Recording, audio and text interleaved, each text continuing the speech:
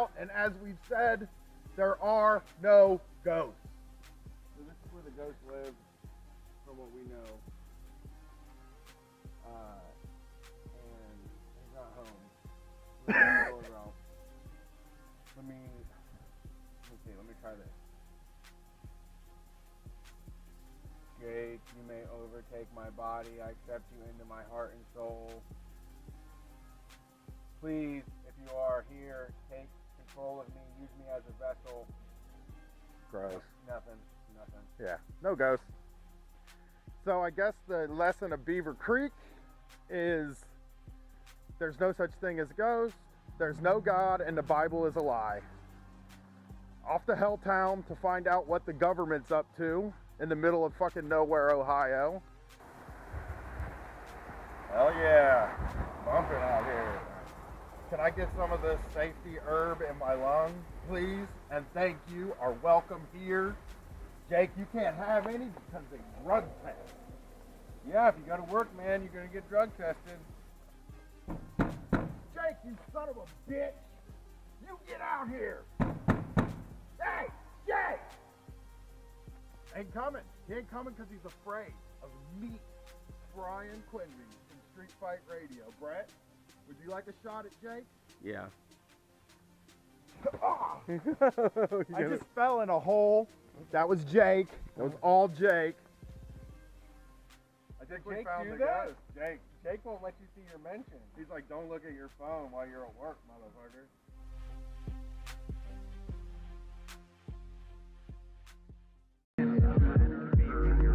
I mean, I tell you what, even the jobs that paid me nothing, like when I was first learning them, it was like, all right, I can do this. You just need somebody to get the plates and make them go from here to here.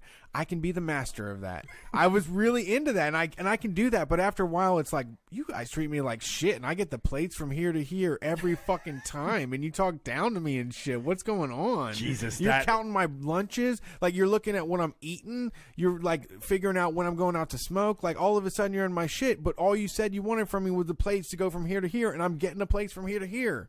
God, that was the most accurate representation of how I feel when I get a job. At first, I'm helpless. I'm a little baby. I'm sucking off the tea to the manager to tell me what I need to do. You know, I don't want to, my wings aren't fully formed yet. And then once I learn what I'm doing, I'm like, y'all could treat me a lot better for this. I deserve a lot more for this. Wow, this is some bullshit right here. Now that you kicked me out of the nest and I'm flying through the sky and trying to flap my wings here, I don't think you're giving me enough. I don't like this. You didn't set me up right.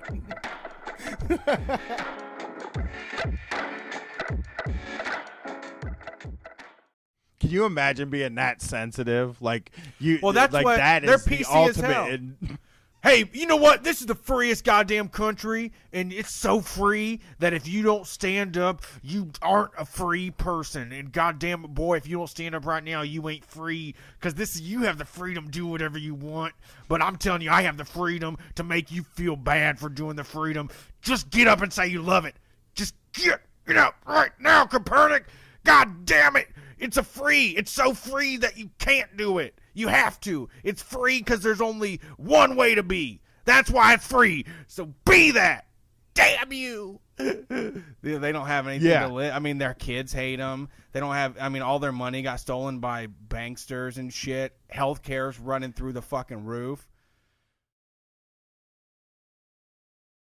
How many times have you gone into work and then looked at your boss and said, what are they doing? You ever think about the levels at a job, Brett? Of course, the people on the very bottom. What do they do? Usually clean. Yeah, and then there is the people just above them. They're the ones that do the second hardest job at the place, right? Deal with customers? Yeah, that sort of thing. And then there's another level above that, and that's the manager that's in the place. Now let's think about what comes after that, right? You might have a guy named like Glenn that comes to your office every 6 months, and you have to lay out the red carpet for Glenn. Think about what the person above Glenn does. Jerry is the person above Glenn, right? Okay. His job is basically going to lunch, right? Yeah, powerful meetings, shaking hands real hard. We're gonna go up to the CEO now. The people that sit around a table and who knows what they're doing? Nobody knows what they talk about. Playing cards. What connection does that person have to what you do and what the customer gets? It just seems like you could really chop like 5 or 6 levels off of any job and the company would still run perfectly. Think about your job. Now imagine your manager isn't there. How much smoother would your day run? I mean, how many of you work a job where you don't even know who the fucking CEO is of the company? That means they're absolutely useless. They're parasites. They're on the top, getting most of the money, sending their kids to private school, driving the fanciest cars, and they can't make a sandwich. Every new level of hierarchy is more money coming out of your paycheck. Unions are fucking great because it's not HR. You need solidarity with the other workers. We need to use that and exercise that. You and your other workers are the most important people at that company. I mean, hell, the way I think about it, maybe you don't get a union at all and you just take the whole company away from the bosses, and that's called a co-op. For the almighty dollar, everyone's a slave. Cause what's the point of doing shit if you ain't getting paid?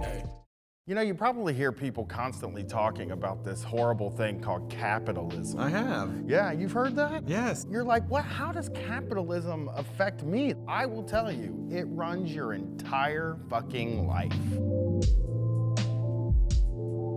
You've probably heard of socialism or communism. Communism. I'll never lose my belly. Your life, your whole... Oh my God, every psychotic race person most people have to be chained to a desk for 40 hours a week and they're not allowed to leave. When you wake up in the morning and you feel like shit and you have to wipe the sleep from your eyes and like look around and be like, why does this have to happen this early in the morning? That's a capitalism. And it controls everything, like your healthcare, your education. It all comes down to making money, but some things just don't make money. Honestly, ask yourself, how afraid are you of getting an injury and how that could possibly fuck up your life? Yeah, you're being stopped from skateboarding, breakdancing, doing anything fun, because if you get injured, you're fucked forever. You can't go to work. And so then you have all these people that say, well, we can make a kinder capitalism, a more conscious capitalism. It isn't gonna fucking happen. We need anarchy, we need socialism, we need communism, we need anything but more capitalism. But wait, Brett. When you go to the grocery store, you have almost unlimited choice. You can buy 100 different types of cereals. All made from the same stuff with different graphics on the outside.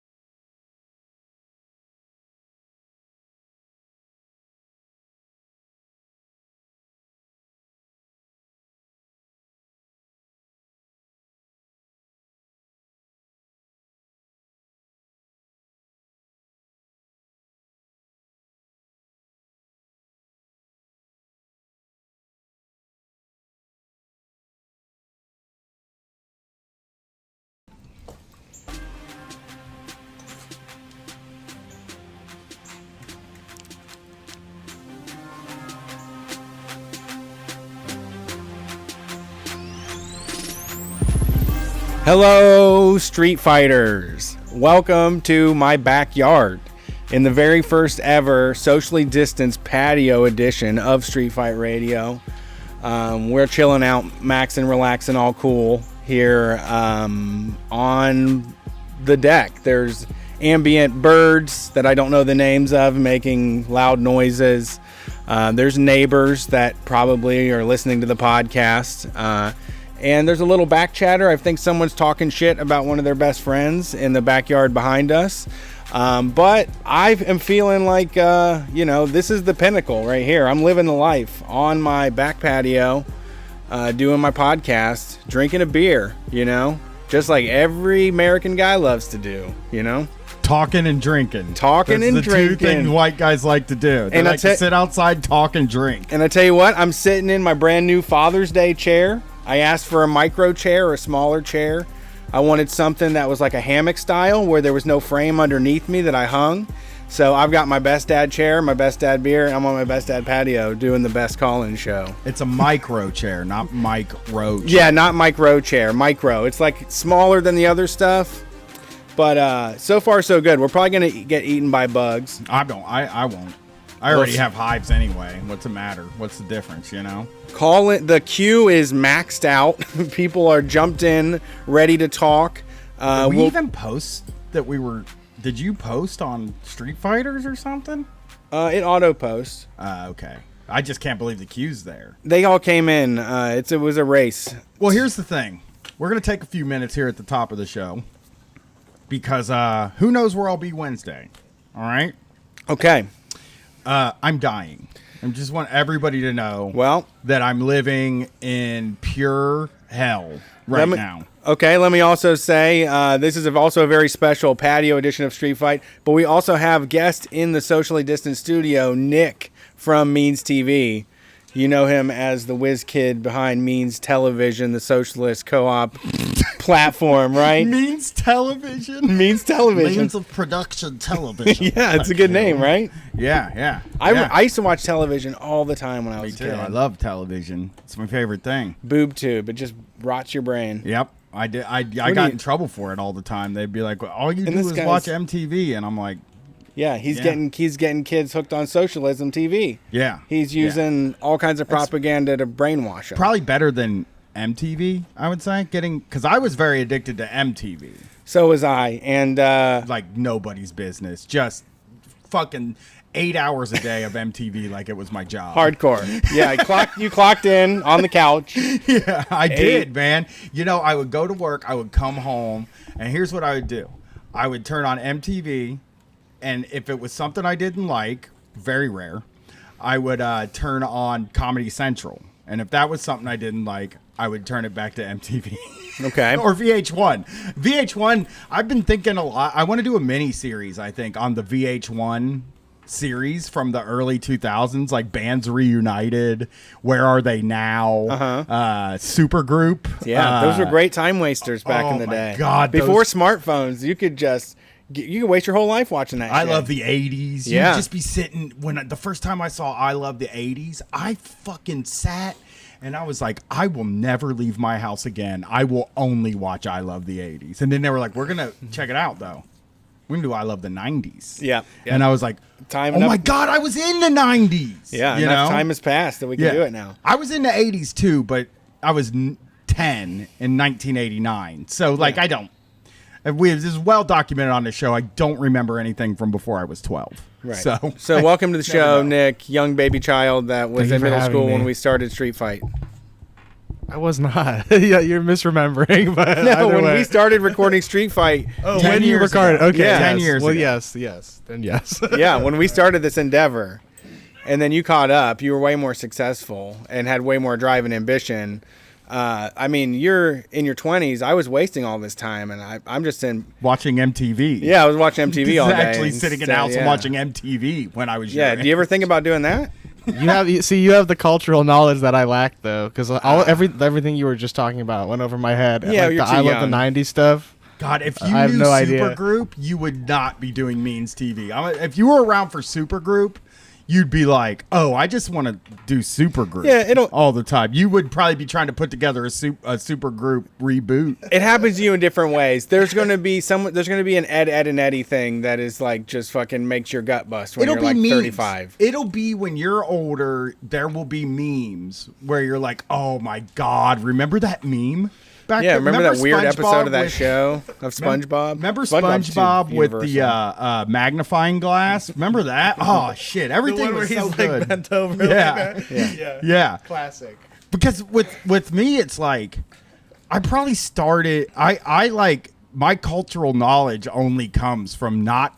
I mean, I've experienced a few things that like maybe other people haven't experienced, like the Woodstock '99 thing, and a lot of those concerts I went to were pretty big.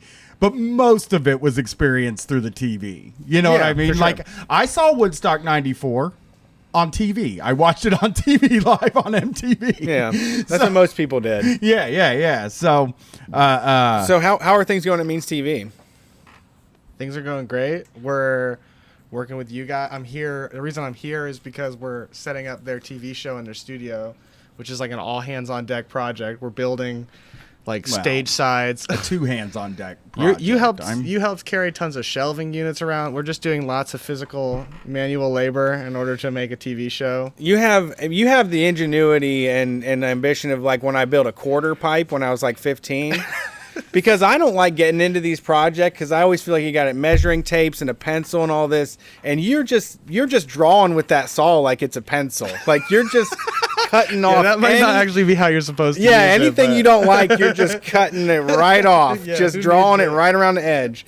And I mean, I appreciate that because it's getting done. Which is, if it was up to me, I would have never got it done. Like I've always said, I'm into home acceptance, not home improvement. Yes. So I would have just put a camera on us. So I'm glad you're here to help elevate the show. I think we have thanks a good, for having me. We have a good plan of attack to get the TV show, make it look like nothing we've ever done before. Yes. And bring a new vibe and a lot of fun to Means television programming. Yes. Seize the Means of Production television. Yeah, programming. check us out at means.tv. A lot of Street Fighters are already key supporters of the project, and we very much appreciate you. So, And if you're a broke ass motherfucker, you will bargain with people, right? yeah, we will give you access to Means TV for whatever you can afford, including $0. So just reach out. It's all it takes. Yeah. We appreciate that. So we are also coming off of a little vacation we took to Tennessee, which was basically like a hex on Brian's life. I did. I've been hexed. Opened up some sort of vortex to Bad Lucksville. Yeah. Yeah. I'm living in the you're- bad luck city right now. I'm looking at myself right now, and I'm thinking you're going through hell. I am. I couldn't imagine. But I would say that whole vacation was overall a big fat F. Like it was really? one of those vacations. Like I still kind of owe a couple $100 to somebody, and I'm gonna be so salty about it. I'm just gonna be so fucking mad. Like, man, I wish I had that fucking money back. I wish. Like, COVID vacation doesn't work. It's stupid. Getting groceries delivered and making the same ass boring food that you make at your house sucks assholes. And driving a whole goddamn day, wrecking your back, and only staying for 2 nights is fucking not a good idea. And not that going just out. you gotta learn. Yeah, you can't go. I was like, Smokey's Pancake House, give me a stack. I was like excited, but that's what I love to do. Vacations. That's like the most white trash vacation place I've seen since Myrtle Beach. I know, it would have and been there the was best. amazing shit we could have done Yeah. we would have been kings of that place. Well, and it was like, the thing about it, the only thing that really got me was like, I wanted seclusion. And Yeah. I would have been very happy with seclusion. Like that would have been the trip I wanted to have, and we weren't like super secluded. And that's just We got hoodwinked. We got a Tennessee hoodwinking happen to us because they did a tight cropping of the photo. We were like, God, there's so much thick vegetation that's surrounding this secluded cabin. And then you pull up to this like driveway that's just like on the left, on the right, gigantic Ford Raptor trucks, fucking ATVs Oh, no, hanging that's off the trailers. worst. There's Busch Light cans just like in all the garbage cans overflowing as you roll That's up. frustrating. And then you show up and it's this junky place, and like we ended up getting money back because they promised like a game room, and the shit just broke. Nothing worked in We the turned game on the room. air Not a hockey thing. table, and it like caught on fire. Like it's like a belt burn up.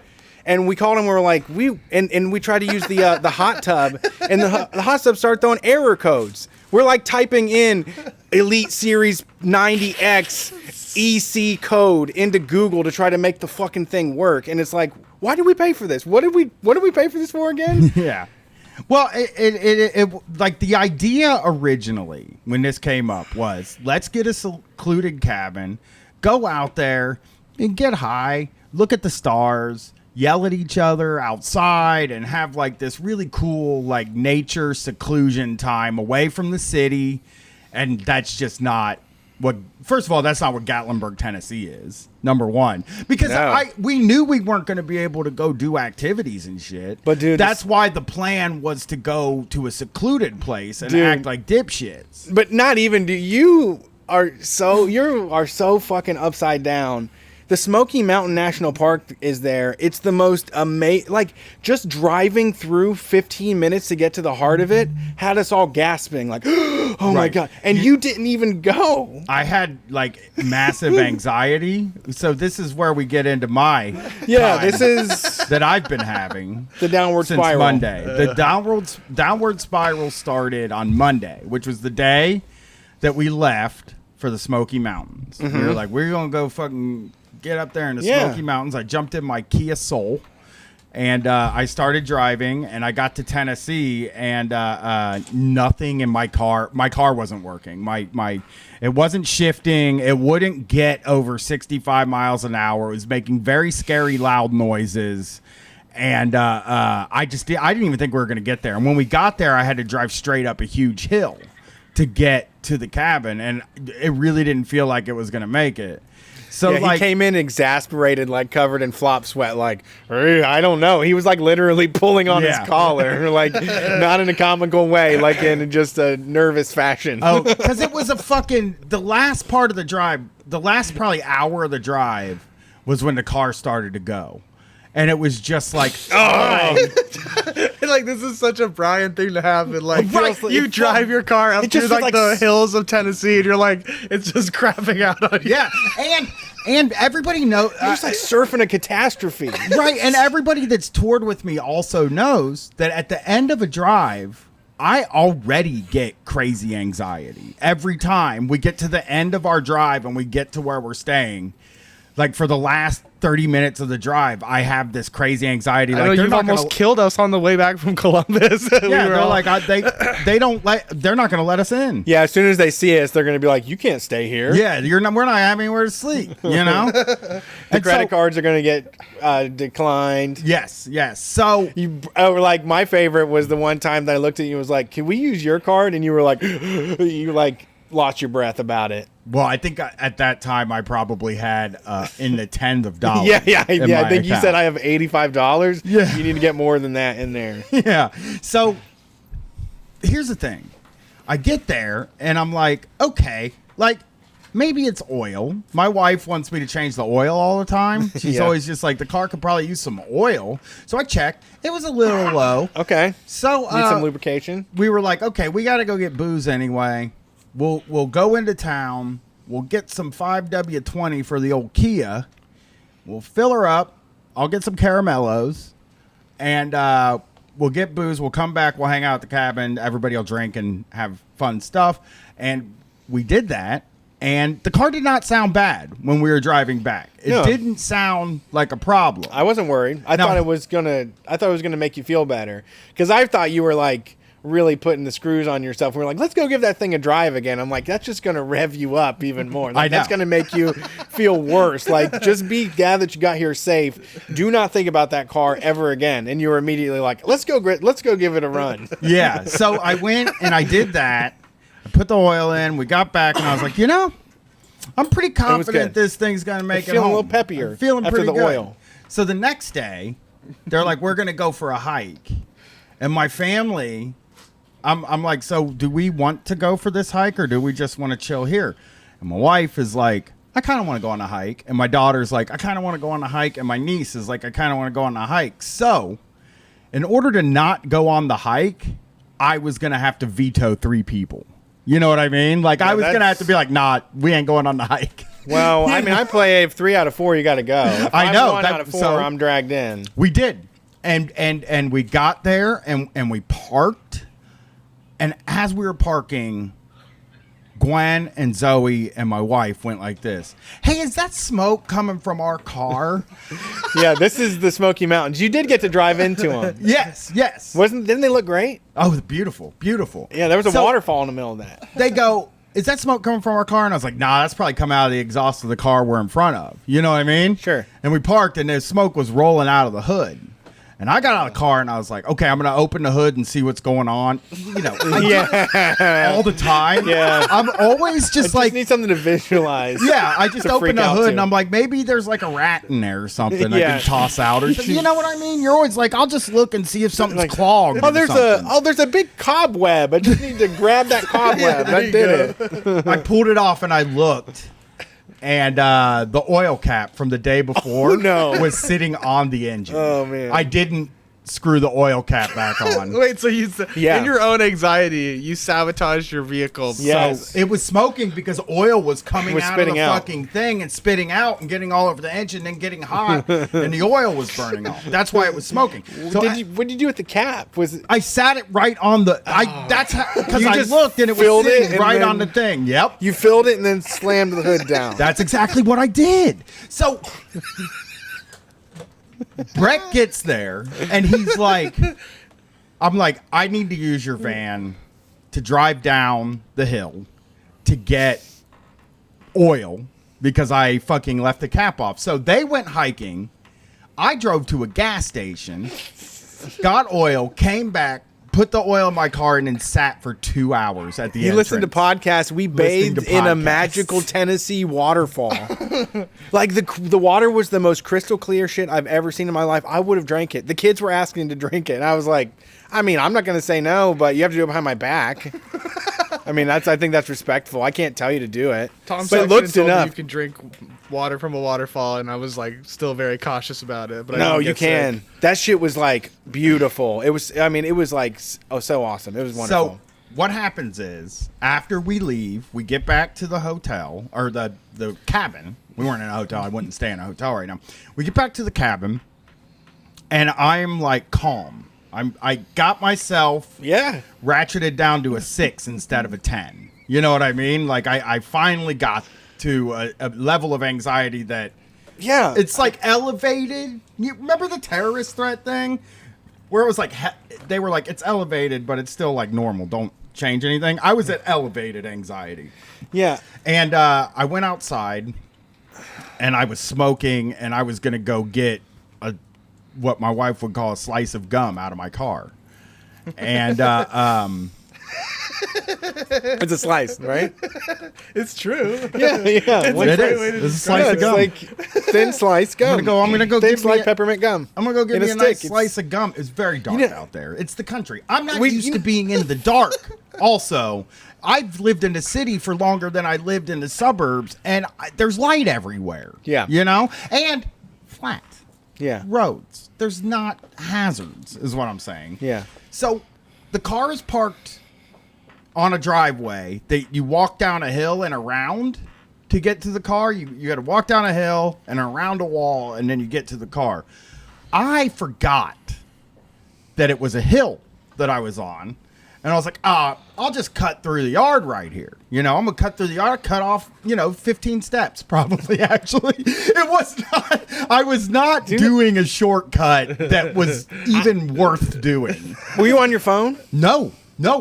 If you I was prove on it? my phone, no, I can't. But if I was on my phone, it would have flown out of my hand. Okay, Because okay. when we tell the rest of the story. Okay. So I'm out there and I'm walking and I'm kind of both feet taking the smallest steps, just shuffling, right? There is a fucking tube there. I hit that tube. I fall forward, then off of about a 5.5 foot wall onto concrete and fuck myself up really bad. They were in the hot tub. Yeah. That was not extremely close to where I fell, and they heard me fall. Yeah. So I was that night.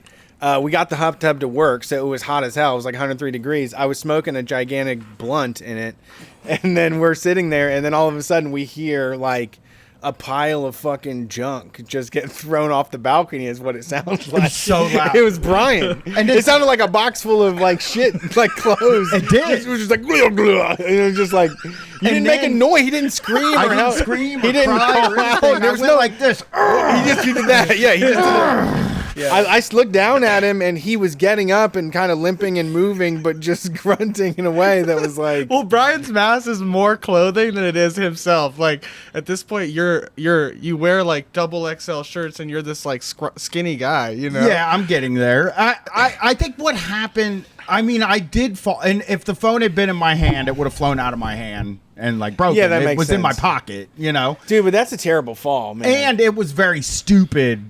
My phone should have been in my hand with the flashlight on. Is what should have been going on. Had the flashlight on my phone been on, I would not have tripped and fallen off of this wall. I took a picture of myself standing in front of the wall. It comes up to here on me. I fell that shoulder. far, up to my shoulder, and fell straight That down. could have been it for you. Oh my God, Oh, yeah. dude. So I get back in the house and I'm like, guys, I just fell. And then they all looked at me and they're like, oh, Joe, I have abrasions.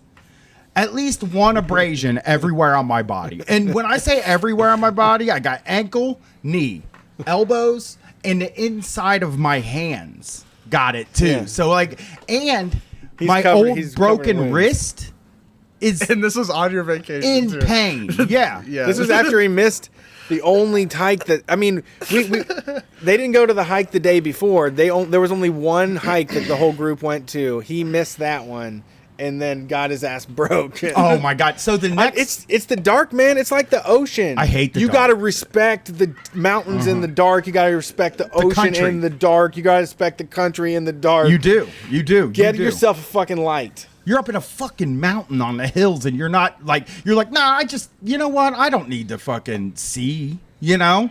But so anyway, the next day I was standing. Well, that night I was in the room talking to my wife and I was like, I have about a 60% confidence level that my car is going to make it. Just 60%. 60 is I think great. We're going to make it. I mean, And that's a then- gamble. 60 turns into 70 after you get comfortable. So I went on Geico's site because I have really tricked out insurance.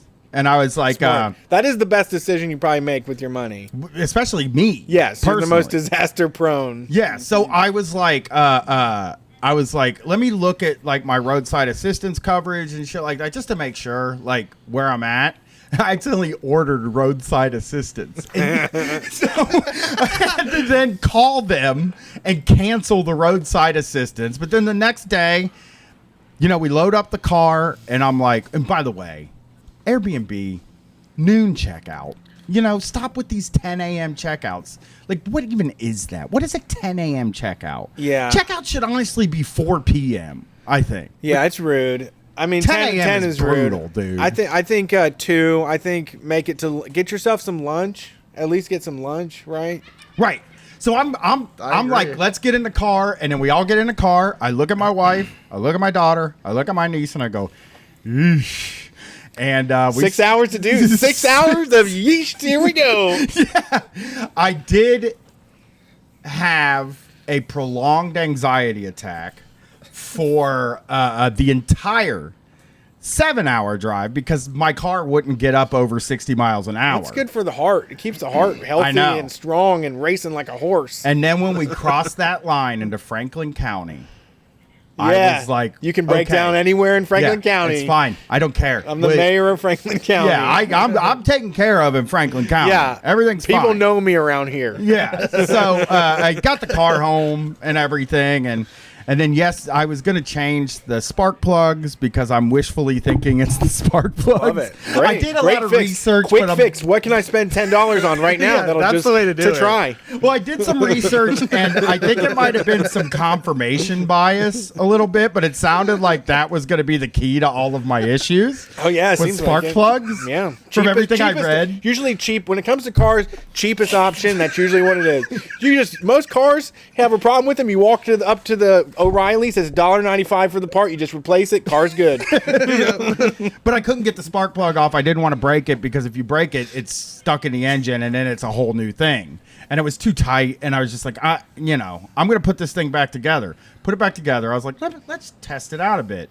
I drove it around my neighborhood and I was like, oh, Love it. Looks like it fixed itself. Yeah, crazy, sexy, cool. So then I drove it over here, and it did not fix itself. Oh, no. And so I got to take my car tomorrow. You have to fix it because it To the doesn't fix mechanic. itself, is what you're saying. Yes, I have to take my car to the mechanic tomorrow to get it looked at for what I assume is the transmission, for what I assume is going to be a $2,000 repair.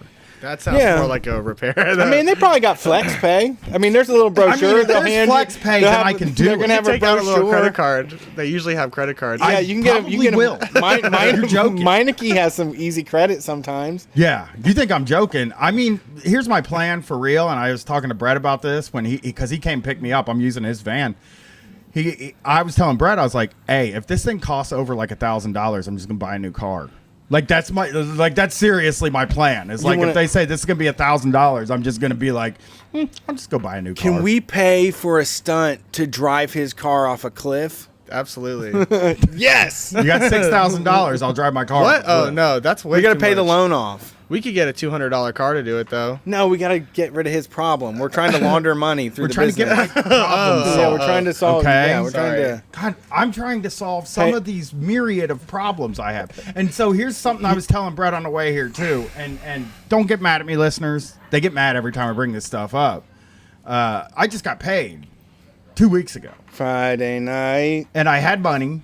Yep. And I probably could have paid $1,000 to get my car fixed at that time. But what I did do when I got paid, when my car was working and I didn't think I had a broken wrist. You folks, this is going to hurt. Yeah. For those of you that maybe jump forward. if you're 1 hurting minute. on money, this is going to really. I spent really- $150 on a T-shirt. Yeah, a cool one though. A very cool, cool- USPS branded shirt. I It think- was United. They're it was a charging postal $150 service. for one of Well, those? it was also anti-social social. I mean, it's that like- was probably most of the money. If was that. bitcoins are worth money, some of these shirts are worth the money. And then I was like Same so way. excited. I got my POD cast money and I bought a typo negative shirt for $100. Stupid. And then Stupid motherfucker. Can't have more than one shirt in a month, right? And then I made a decision. 30 days this month. I need 30 shirts, motherfucker. Yeah. And then I made a decision after the car broke down, rash decision, to buy $90 worth of caramellos. And now I'm like waiting to get these packages in the mail, and they're going to bum me out as yeah. they get there. Because it's like, oh my God, you You're like- wasted all that money that you could have spent fixing the fucking car that is broken. I can can't wait never to just see- be in luxury. I can't wait to see case of caramellos for $30 on Facebook Marketplace. Dude, I ain't selling Like, those who- things. I'm gonna eat them. It's 36 caramellos, man. I won't have to go to the store Are they for that much? 8 days. They're that premium? They are, man. Isn't it caramel? Yeah, it's so good though. Like, They're like the best. fancy it's- caramel? I think it's the best caramel you can get and the best chocolate you can get, and that's The really chat the is reason. losing for their the- fucking minds, dude. Okay. I'm not trying to brag about. I wish. Yeah, you it was just- really bad. It was Hey, all of my bad habits hit. I thought I was living a luxurious life. Okay, I thought I was there. I made it. I fucking make enough money now. I can buy things I want. I can finally feel good. And then You felt that last month, at the beginning of last month? I feel that It's starting to last get month, there. Like the past 2 or 3 months, I've felt very confident in my money. I feel very good about where That's I'm great. at money wise. I mean, I was like donating money to bail funds and shit like that. Like I paid somebody's rent. yeah, I've been doing like I've been spending it also responsibly, but Yeah. at times I'm just like, I grew up a guy that liked having nice clothes. And then for a number of years, I had to forego having nice clothes because I didn't have any money. Now I Yeah. have money and I want to have nice clothes. I I want to agree. have nice things. I started thinking about that today too. And I want caramellos. I and that- want $90 worth of caramellos. 2011 to 2016, at my tax return, I made $0. I made however much I could steal, beg, borrow, or steal was how much I made. So it is like, there's catching up, and I want to buy all the stuff that when I was your age, Nick, that I couldn't afford. I want also Cazal like- sunglasses. But it's also like I've lulled myself into this thing where I'm like, no more. You don't have Brian. Consumer goods, man. It's like there's always another consumer good that you need. There's whatever you want. There's always one more thing to buy. Well, for me, it's a trap, dude. I've lulled myself into a thing where I'm like, Brian, you don't have to hustle no more. Yeah. It's all over. Now, I have to go into hustle mode again. Yeah. And Your ass is gonna be scrambling. rusty as hell. I have been doing well for about a year. I haven't had to hustle. And now I got to go into hustle mode. I don't even know if I could do it anymore. I guess it's a muscle once You got to sell the hype beast It's like riding a collection. bike. Nobody Your buy it. StockX market is just busted. You got into the hype beast market and you couldn't hang long enough for it to appreciate in value. Nah, I'm not selling that stuff. All right. I'll Those be are okay. collector's items. Like I said, I'll get credit. Credit. Yes. Credit will set you free. I'll figure it out. I mean, I'll You can figure get it out. credit. Because I was telling him on the way here, it's like, I used to get like a lot of anxiety when shit like this happened. And I am having, like, I have hives. I have stress hives right now. That's what I diagnosed him with. Which it makes a lot of sense, though, because I have a lot of stress. I'm in pain all day. Going through hell. And my car is fucked up. And my phone bill is, we didn't even bring that up. I gotta say, My phone bill is $458 more than it usually is. My phone bill this month was $758. Wait, why?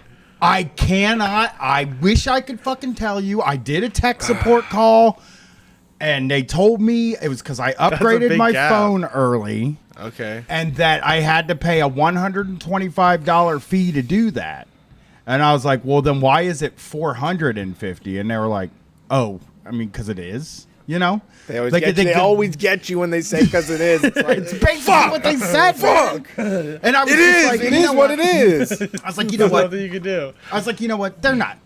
It basically got to a point You in didn't the grovel? conversation. You didn't beg? Well, it got You to didn't tell them you were like lost your job, you're broke or nothing? it got to a point in the conversation where it was just like they're not moving, and I'm just gonna have to figure out how to pay this too. Sure, yeah. It was just kind of No like payment plans. it was I mean, You gotta listen. Turn on you gotta turn off that doom heavy metal shit. You gotta get like your hip hop. You gotta listen to Kevin Gates or something. No. You gotta start listening to the like hardcore shit, like Power really get Trip. back on it. I'm really listening to a lot of Power Trip. Okay, right that's a now. good one. And me and Brad are actually launching probably early next week or the end of this week a metal mini series. Yes. So I will be listening to a lot more metal. Okay. Now, but Heavy metal, more. you know, metal. so That that's seems. I can't know even what? imagine. I've heard so much metal just being out here. swing of the axe. Yeah, there's all kinds of kinds. Yeah, I you actually haven't heard half. I the woke metal. up at 8 this morning to watch Formula One racing. Oh, geez. And it's kind of like a job, and I love it. Like it's there's nothing else I get up for. And this is like I set an alarm 45 minutes, and then I set another alarm for a half hour, and then I groggily like make myself get up, and like my family's all bright-eyed and bushy-tailed down there doing shit. And I was like, "Hey, yeah, how's it going?" I'm just like yawning and just feel horrible.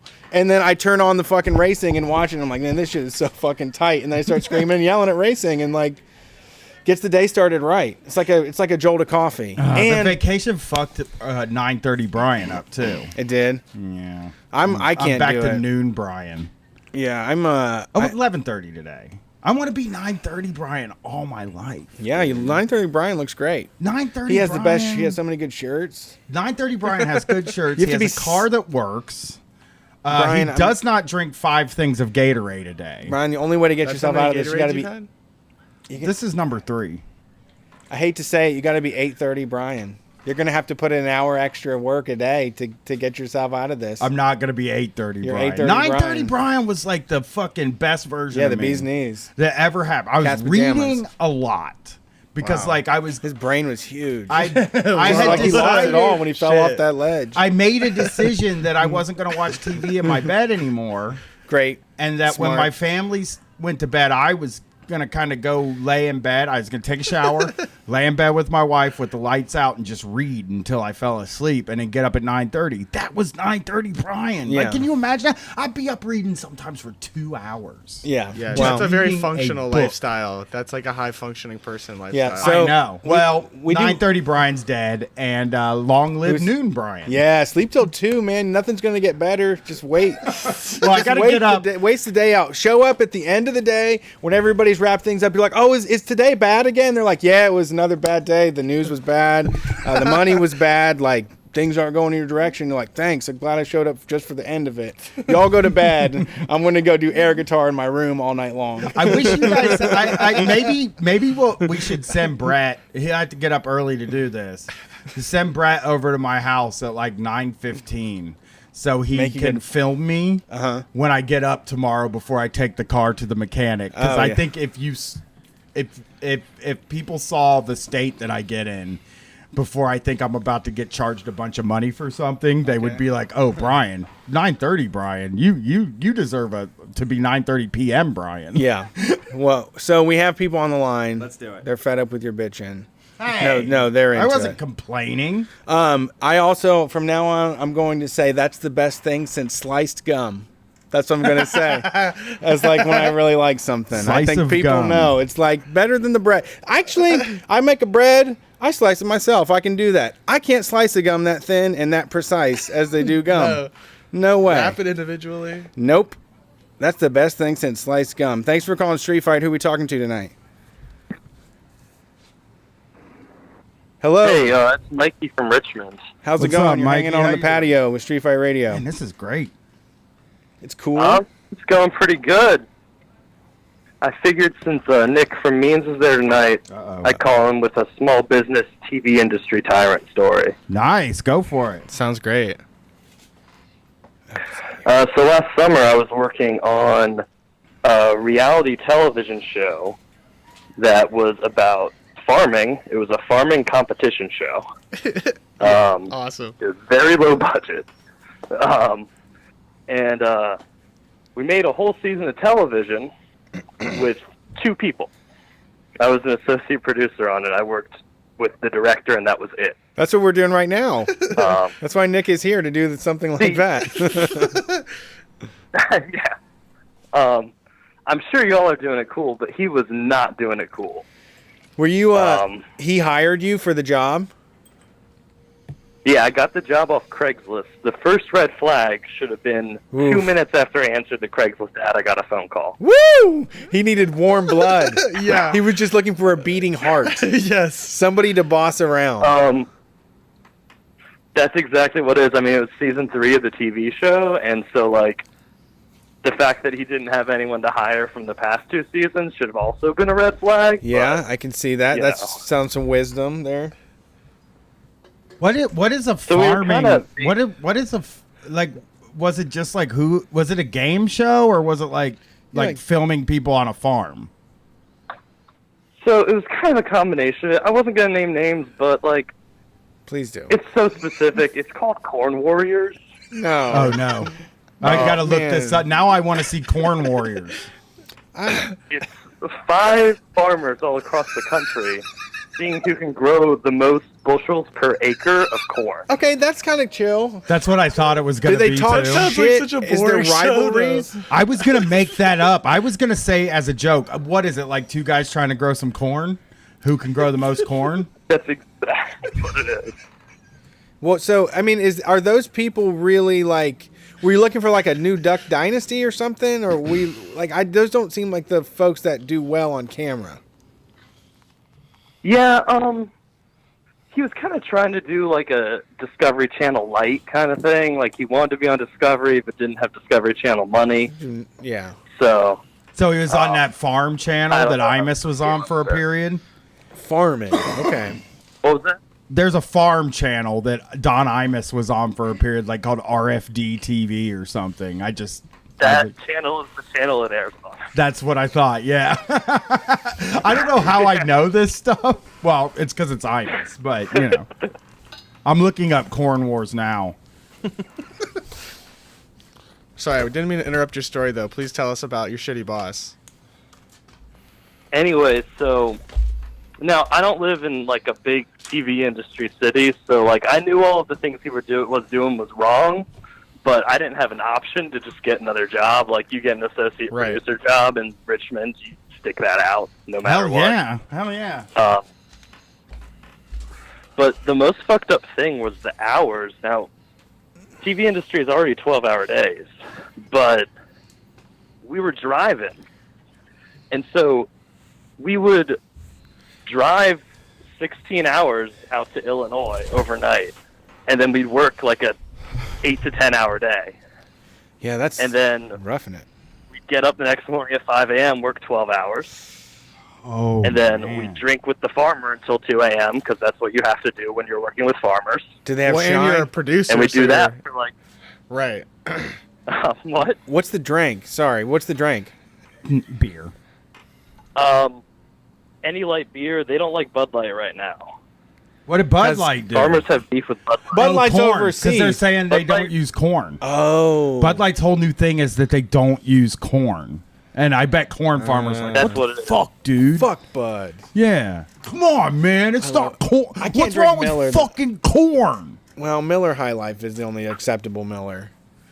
It's all garbage otherwise. Sorry. I looked up the Corn Warriors. Corn Warriors.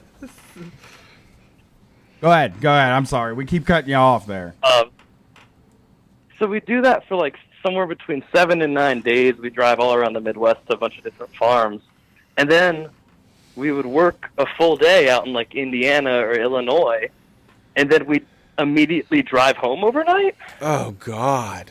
So these days would sometimes come out to be like 26 hours. Oh. Yeah. Illinois to Richmond is a fucking drive, man. Because, like, It sounds... West of Chicago. Yeah, it sounds like some of those bike building jobs, too, where they're like, hey, man, a couple of guys are going to go hit a hotel up in Texas. It's an 8-hour drive there, but we're going to make a gang load of money. And you're just, like, awake for, like you said, 26 hours straight. yeah. And how much money is this for per hour? For me, I was making $200 a day when we were shooting and $12 an hour when we were in the office. God fucking damn it. Jesus Who would Christ. do that for $200? I would not. Wouldn't stay up for. I wouldn't do any for more than 6 hours of work for $200. For $200 a day? Yeah, for $200 you get 6 hours from me. I think that's where I'm at. That's your quote now? Yeah. That's what I'm. You can rent me for $200. You can rent me. You can rent me. Yeah, that's fucked up. $200 for that job is For- It's insane. $16 an hour. Oh, I no, think. never mind. If you're working 12 hours Oh yeah, okay. and it's $200. The government's going to take a third of that anyways. I know. That fucking government came after- comes in. they're They after never me. let You said you. $16. Yeah, 16 on 12-hour day. No, that's on a 12-hour crazy. day. That's no. You're doing a you're bunch going of through different hell. jobs too. Yeah. On a thing like that, it's like okay, well if it's just us two to save money, can I get paid decently? Like if we're Right. saving Can all we this stay in a money, hotel out here and get it done or something? Like, why are we driving this long? Right, and it also makes you wonder what the staff that wasn't was there staff under you basically? How is it? No, it was Okay. the two of us in the office, and then occasionally we'd bring on a drone operator or an additional camera operator to come with us, but typically it was just the two of us. So where was the money coming from? He was pitching this thing, or he was RFE TV. funding it, or no? You were shooting it for him. It was self-funded because he got sponsorship deals from different farm and ag companies. Oh yeah, Simplex or whatever, Simplot. So, and all that they shit. get shouted out in the show in exchange for paying for the show. All right. Hey, we got this Monsanto Monsanto's getting We got the shout never out. give up seeds from Monsanto. Yeah. Get the best goddamn seeds you've ever had in your life from Monsanto. And you have to use them or Yeah. we will sue you. And don't be downwind of our I mean- of our patented seeds. We'll come get your ass. We do things the country way still. Sorry. I mean, sometimes when these guys were spraying chemicals, it was literally one day the guy told us to keep the windows up in the van. Yeah, that's not. And That's we were hazard is pay. that that Monsanto shit or whatever? And he said, no, compared to this, I would bathe in Monsanto. Oh no. What are they No, putting thank on you. the corn? Nope. I mean, that sounds about right. That's like you hear stories about farm workers just getting having planes of pesticides coming over them and stuff. It probably looks badass though when you're standing out there and it the shit comes down I mean- on you and you're like, yeah, take a picture. You probably get a good. When they're spraying from the planes and shit, it's so cool. I know when they're spraying and if you you're were a Slipknot album cover, like Yeah. a Disturbed you think thing, it's hardcore? some sounding. fucking whirlwind that's coming through a cornfield. Yeah, it would look drawing cool as power shit. and shit. Yeah. Yeah. Well, I say let that shit dry on there to keep the fucking bugs off, and I'll wash it when it gets to me. I do not want to be around it. Like, I don't want to get it straight from the tap. Not unless it gets you really fucked up. Then I will. If that's what farmers are doing, is just getting high on that shit all day, off their getting high on pesticides. Yeah. No. No, they're getting fucking cancer. I would bathe in COVID before I went to get those pesticides on me. Yeah, it's hell. That Roundup is no joke. So, are you doing it again, or did you? quit? Get out of that, man. No, I mean you should. You should beat that guy up and make him stop. You should fight that guy for his company and then get rid of it. He sounds like a bad person.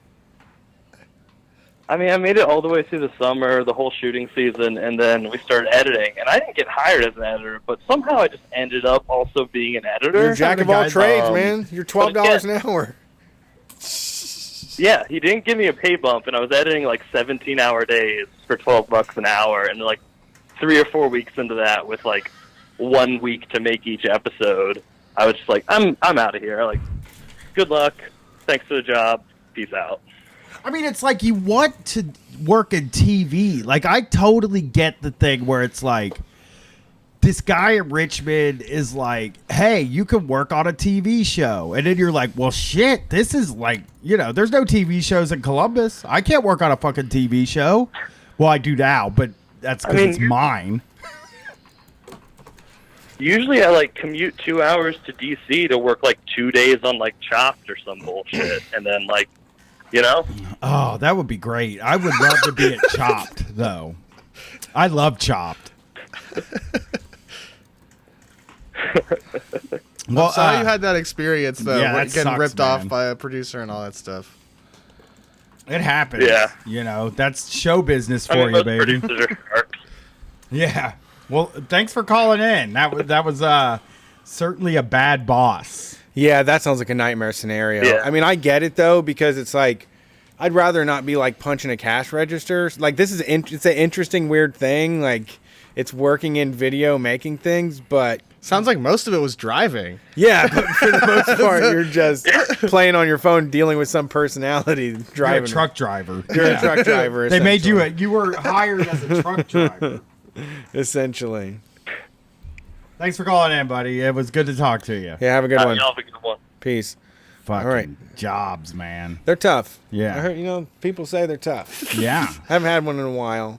I feel like I work all the time, though. Yeah. But now I'm realizing, seeing how horrible your life is just makes me feel so good about mine. I know. Everybody should be feeling good about me. Going great for me. I feel like I'm like really giving people something to strive toward. Yeah. Just let them know that you're never going to win. Don't try, because you're not going to win. Yeah. You're not going to come out on top. Don't even try. It's mo money, mo problems, man. You got yourself a nice car payment. Now you got yourself a nice big bill. Yep. And maybe a new car payment. Yeah, well, yeah. It's, guys, keep those plates spinning. It's going to be great. Thanks for calling Street Fight. Who are we talking to tonight? Hey, you hear me? Yep. Yes. Hello? Yeah, this is Aaron, the Besotted Strap guy from Twitter. I was just calling in real quick to say what up to y'all. Hey, what's up? How are you? How's it going, man? Thanks for calling in. I appreciate it. Yeah, no doubt, yo. It's going good. I'm chilling on my front porch with a beer right now, fucking fighting off these monster cockroaches that are trying to fucking kill me. Yeah, man, I'm just calling in to say what up to y'all and I don't know, maybe rant about some shit that's been going on. Oh yeah, go for it. Crazy fucking times. Go for it. I will say this. Man, I hate cockroaches. But I did hold one of those huge ones in my hand and felt like a really powerful person that day. Oh, at the Science Center? Yeah. One of them little domesticated ones? Yeah, the cleanest roach you could ever hold. Yeah. Oh, like them hissing cockroaches and some shit? Yep. Yeah, the big, huge ones. So I lived in when I lived in Texas, man. Cockroaches and some shit? Yeah, the big, huge. Go ahead, my bad, y'all. No, you're fine. When I lived in Texas, though, they would fly. If it hit like a certain degree, there was some weird thing in the weather, and they would get wings and start fucking flying on you. No. Like once it got too hot, then all of a sudden you'd open up the bathroom door. They would just metamorphosize or some shit? Yep. They would just form a chrysalis and get wings, and then try to get into your nostrils, into your mouth, into your eye holes. No. Just try to take a dive right in your ear hole. Yeah, they're bad. Yeah. I'm from New York originally, man. So like in New York, I thought that like the cockroaches that you would see, like I lived in Brooklyn and shit in apartments. I thought those were like badass, but it wasn't until I moved to Georgia, I was like, fuck, man, these motherfuckers are gangster, yo. Yeah. They thrive in that heat. Mob up on me on my The further south you go, the bigger more horrible the bugs are. Yeah, it gets more Jurassic. Yeah. Fucking fire ants. Fucking fire ants. When the first time I saw fire ants, I was like, what the fuck? Let's leave. Let's go back to Ohio where all the bugs are normal. I see all types of shit down here, man, that I've never seen in New York before. Like you said, it's like the further south you go, yo, you're going back in time to like some prehistoric shit. You got fucking moss the size of your hand and shit like that, man. When we went to Tennessee, they were like, "There's scorpions down here," and I was like, "Really? I gotta keep an eye out for those. I can't wear my new sandals now." We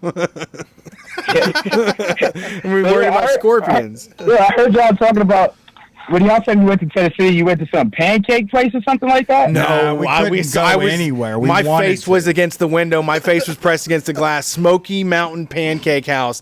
They had like stacks and stacks advertised, all the flavored syrups. And it was like a total tourist trap, and I wanted to just blow all of our money there and get a ton of food. I wanted to go to the I'm not knife going to store. go. They looked like it was basically all that buffet shit, Krabby Dicks, the Smoky Pancake House, COVID, an all-you-can-eat buffet, $22.99. That's what those places are. And people were eating it up. People were gobbling up COVID like crazy in Tennessee. They wanted to get that. Yeah, I wanted to go to the. for free, yo. I want to go to this. I wanted to go to this huge knife store because I've been thinking about buying a knife. I'm in the market for a knife. That's out of nowhere. This isn't the time for you to be looking at knives. You got other priorities.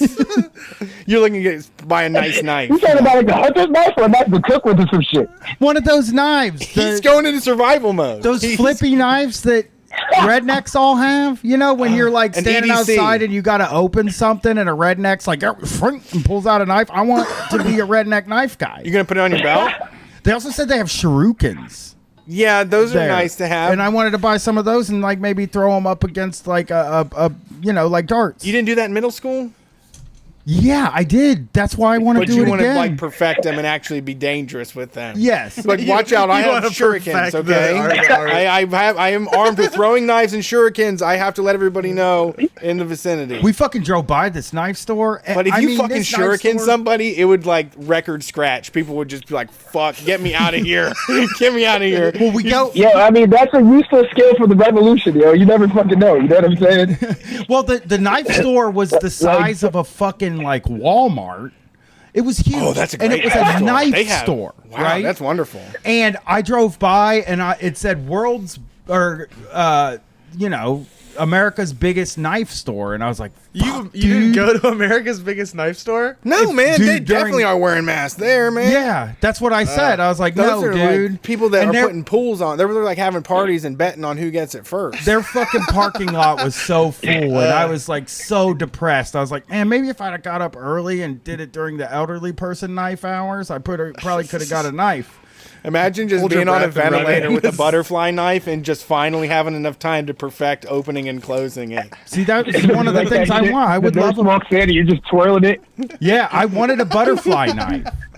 I did want one. Everybody wants one. Yeah, I wanted to do it and then learn to flip. Anyone you got, ever. If you're selling them too, I have money. I have cash. I want a knife I was so depressed that I couldn't go get a knife that I went home and got online and started Googling knives. Yeah.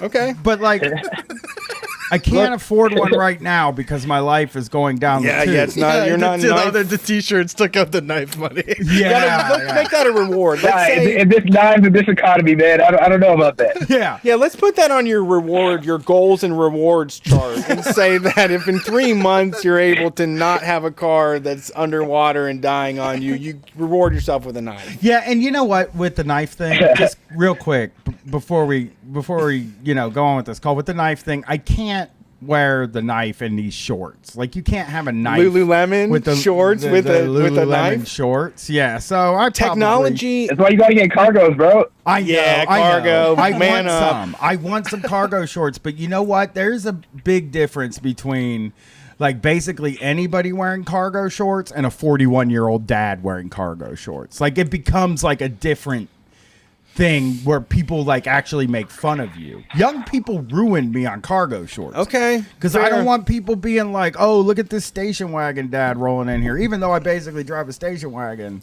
And also, you're dangerously becoming a death metal meme if you have camo cargo shorts and black band shirts. Yes, that's what I'm doing too. I wear black band t-shirts. Yeah, you're just, it's old hardcore. I mean, the old hardcore guys do the same thing. Sambas, because they are comfortable on your feet. The North Face shoes. That Yeah, I you have also, Sambas, Yo, those are my incidentally, with the North Face shoes, I've also walked through those. And I need new shoes now too. So everything's fucking failing on me. I got Did fly we just cargo lose shorts. him? I feel like we just lost him. No. No? You still there? I feel like I heard his We lost Skype his thing. call. We lost Trap God Posadas. Wow, we just... Do you have his that number? was not good. That was probably a bad thing. Oh, wait, the whole thing ended. We lost the whole thing? Did we run out of money? We ran out of money. Oh. Oh, you know what? My card expired, so it's not. It'll be quick. We'll get them back. Okay. Well, That was I don't know if we'll embarrassing. get them Trap back. I mean, I think this is just to remind everybody that we all make slip-ups, and that even people like me that judge you for how bad you are with money, I'm not also bad just with as money. bad. I had I the money failed, to right? buy the luxury We're talking item. about who fucked up with money the most recently. It's me now. I just did, like within the last couple seconds. I had the money. It fucking ruined guys. the call. Like, don't say I didn't have money. I did have the money to buy the I things got so that I much was money. getting. I'll show you I have money. I don't I'll have show you money how much now. I have money. I'll buy something crazy, right? I've checked my bank account 7 times today and seen the number and then this is looked so at my car. embarrassing. I've seen the number and then looked at my I car. forgot that card expired. And it's just really getting to me. I'll DM him and Yeah. let him know to call back and give me the phone number. All right, we're starting over. This is like a reset. This is like that was qualifying round. This Was is the the first blip. one. This is second free practice. Let's see who gets to the front of the pack. It's going to be a heated call-in show. There's going to be a lot of people excited to get here. This is going to be the best thing since sliced gum. All right, last call today. Okay, they're coming in. Wow, they're right in there. They were ready to go. I don't know who it was last on. Ooh, okay, this looks like them. Let's see. Thanks for calling Street Fight. Please be Posada's Trap God tonight. Well, what if it's not? Then I'm going to banish them to hell. Hello? Oh, no. Hey, Oh, is it no. a skeleton? Oh, hold on. For Pete's Stay sake, on. We're in trouble. Uh-oh. We're living on a wing and a prayer right now, but we have it going. I'm chillaxing, actually. I'm sitting on the backyard. I got my brand new Father's Day chair. And Thank you for calling Collin Studios. can they hear Collin Studio? Yeah, they can hear anything that goes through there. Oh, this is behind the scenes stuff. There's a lot of young podcasts. Enter your upstart 6-digit podcasters PIN wanna number. Know how we do our thing. It's Collin Studio. What about phone freakers? Could they steal Welcome, Could host. they steal that? You are and now in hack the host into us? room and can manage They're your gonna call callers from a from the payphone Collin and put, Studio like, a web bunch of quarters interface. in and hack our phones. Manage your callers from the Collin Studio web interface. Hey, you're here. Hello? Hold on. Is this Yeah, Posada's Trap God? I got y'all back. Oh, I was DMing you just now to let you know we ran out of money on our account. I actually forgot to update the card on the balance, so it didn't. It couldn't charge. So sorry about that. I apologize. Oh no, it's all good. Yeah, it's all good. Yo, I was thinking, man, when we were talking about the cargo shorts, yo, I've had this business idea. What if you had like leg length pockets for pants? You know what I'm saying? Well, that would go from where the pocket is, like right the fuck down to where your ankles are, man. You could fit a sword in there. You could fit an umbrella. You could fit a cane. But Yeah, like whatever the fuck you. Jinkos were this. They were, but they didn't go all the way down to like. But they did go down to your like. I mean, you could carry a back of your laptop in a Jinko, like a kangaroo. You had enough room for like a tablet in the back. You Yeah. could just roll around with a little MacBook or like a Chromebook, one of those. I remember when iPads came out, it was skinny jeans time. I know, bad match. Bad match. I You had to tuck them into your waistband. was talking about this. I was actually talking about this on vacation too. I was like, remember when iPads came out and everybody's like, it's fucking stupid. Who wants a bigger iPhone? You know, what are you going to carry it in? You can't carry it in your pocket. And then now that's 'cause they were- everybody has an iPad. Everybody has at least, like, people just have iPads laying around their house now. I have tons of shit I don't need. Yo, Like, that doesn't make kids sense, though. have iPads, babies, bro. All babies have an iPad. And like, you They have know what? iPads now. You know what I'm saying? You know, when I was a kid, you would just plop a kid in front of the TV and be like, yeah, just watch this. I don't care what's on it. You know what I mean? And now it's like, it's so much different. It like feels like kids now are going to be like a million times smarter than us because they're just sitting and playing games on those things. And it's not always like, it's like a lot of times it's just educational games. Or is that just the kids I know? And then, you know, regular kids are just going on there playing Minecraft all the time. Because my daughter, if my daughter, Right, like when my daughter was young, if she found out something was educational, she was like, this sucks. I don't want to do this. like read a book. Fuck that. I don't Well, wanna do it that. was even as bad as PBS Kids, right? Like, we would turn PBS Kids on for her, and she was like, can you turn on Hannah Montana? This has too much, like, meat on the bone for me, you know? I need something that has no value at all to it. But just sit and watch Hannah Montana all day. But I wish she had an iPad. Yo, but what's fucked up now though, man, with the whole like, you know, lockdown and shit is that like kids can't even play with other kids, you know? Yeah. So it's just like That's been what the biggest challenge. Yeah. Is for us, we have like a set of friends that we hang out with, and basically now they're just like family. It's like, that's your siblings. We see them all the time. We both make sure that we're not exposing ourselves to anything, and that's pretty much the only kid she sees. She does have, I mean, kids are doing big things, and the best part about having a kid, man, is you're like, oh no, we got to get an iPad for this kid. We're not going to get her the new one. I got to give her my old one, which means I got to get a new one, which is always a good idea. The philosophy in my house is daddy eats first.